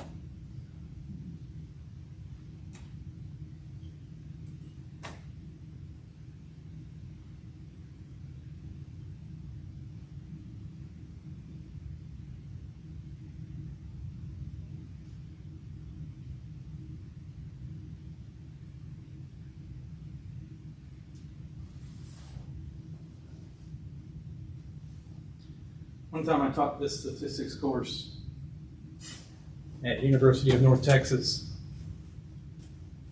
to a room full of 150 students. Oh, yeah, I bet that was just a blast. I had to wear a microphone. Nobody got to ask any questions. Oh, yeah, I would. You didn't get Hated help. my life. You didn't get squat. I came in and did it and left. And it's all the rest of it's on you. I don't know. A much different experience for the student.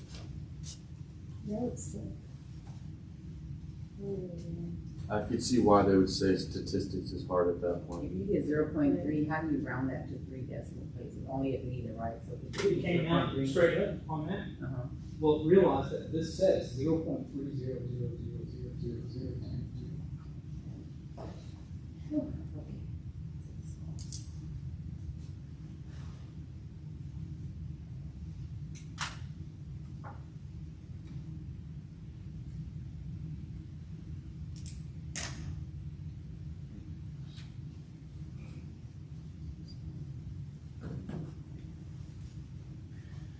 So the spirit of these proportion problems is identical to the other ones in that it's a point estimate plus or minus the margin of error. I got it right. Excellent. The holdup is that the margin of error has this more thing. It's got this thing going on. And the point estimate isn't just handed to us. We now have to actually compute it from the information that they gave us. Gives me a headache though. Just wait till next week. Wait, okay, so I have to remember, so when you said I start with the square root first, Start with the square root first, and your life will go easier in this then I'm doing the computation. calculation, so square root and then 156 times 434 divided by 590 Cubed. cubed, 3, close it equal. Yes. How do I round this? So I have 0.4098, and you round it a third. 0.4. 8 would turn 9 to 0, but then with that 9 turn the 0 to 1.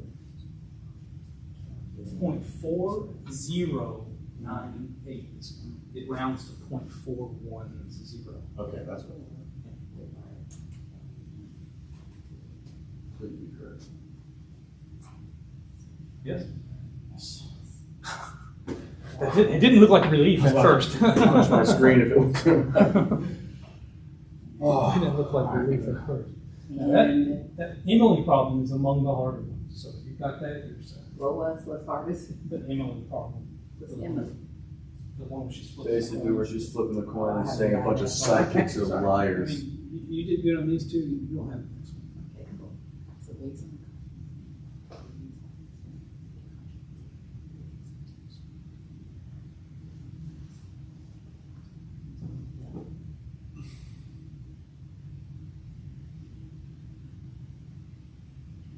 You don't actually need all those parentheses there. And in fact, that might be what's making it harder. Go in. Look, because multiplication and division, they are the same operation.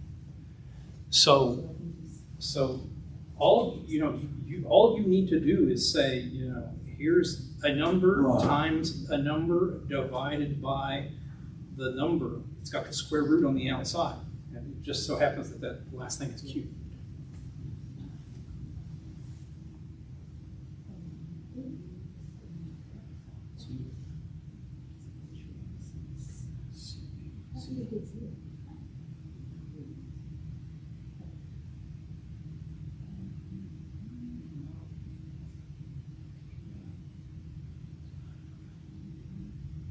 No. Oh, because I guess it would be connected, huh? So, yeah, divide by this thing. Alright, 5 questions from the quiz. How many? 50. 50. Yeah. Well, the simple No, thinking there it's was. just the quiz 50. Yeah, and then, Oh, that'd be on me. Oh. It's just the quiz is only 5 questions. I'm like, I'm about to, that's what makes mine low score, if I miss like 1 or 1.5, it makes it like a 7.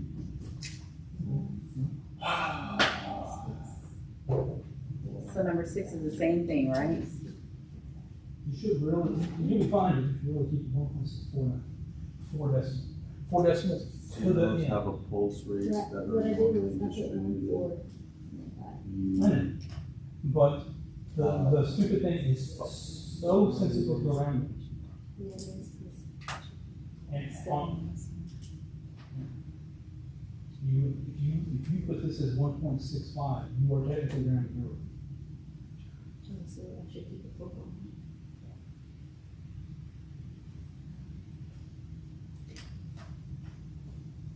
I don't understand the question. You don't understand the question. Let me rephrase this question. If I flipped a coin right now, what's the probability it lands on hands? 50%. Okay, has a decimal number, what's that? 0.50. Same question. So I'm doing this though. I know. Same question. Oh, okay. It's the question I just asked you and the answer you just gave is identical. to Oh, that. it's just 50%? It's 50%. Because this question is just saying, if we randomly guessed, if you flipped a coin and then had to randomly guess, what's the likelihood you'd be right? It's 50%.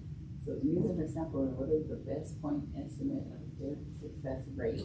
So then I'm gonna put that, that's when I Point use, estimate, yeah. that's when I use in the stack crunch, huh? No. 150, no?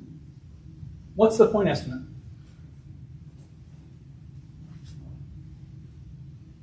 What does it mean? Trying to remember what it was, the sample proportion. Okay, Point estimate, sample proportion. it's X over N. It's it's P hat. P hat is the point estimate. Okay, how many times were they right over how many times did they try? Okay, so It's a P is probability. 150. It's the probability they were right, Okay, so but you need to give it to them as a decimal. How many times were they right? Divided by, 150 divided by what, the 321? that's how many times they tried, right? Mm-hmm. So then whatever number you get is the probability that they were right. That if I lined up here all the different times that they tried and randomly picked one, the probability that I picked one where they were right is that number on your calculator.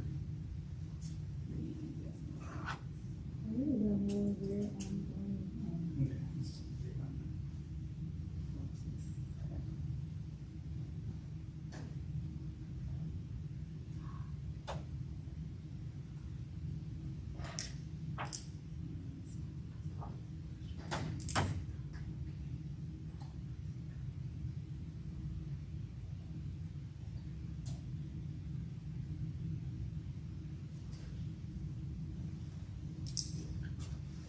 Did you round to 3 decimals? Or is there 4 on this? 3.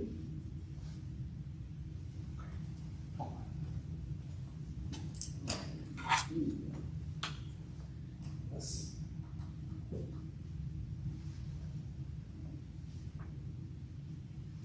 It's a weird 90% confidence interval.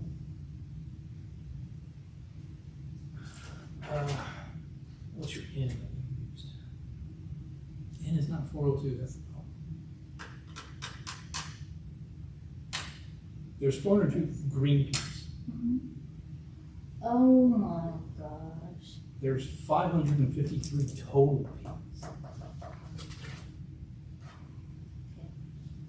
It's frustrating.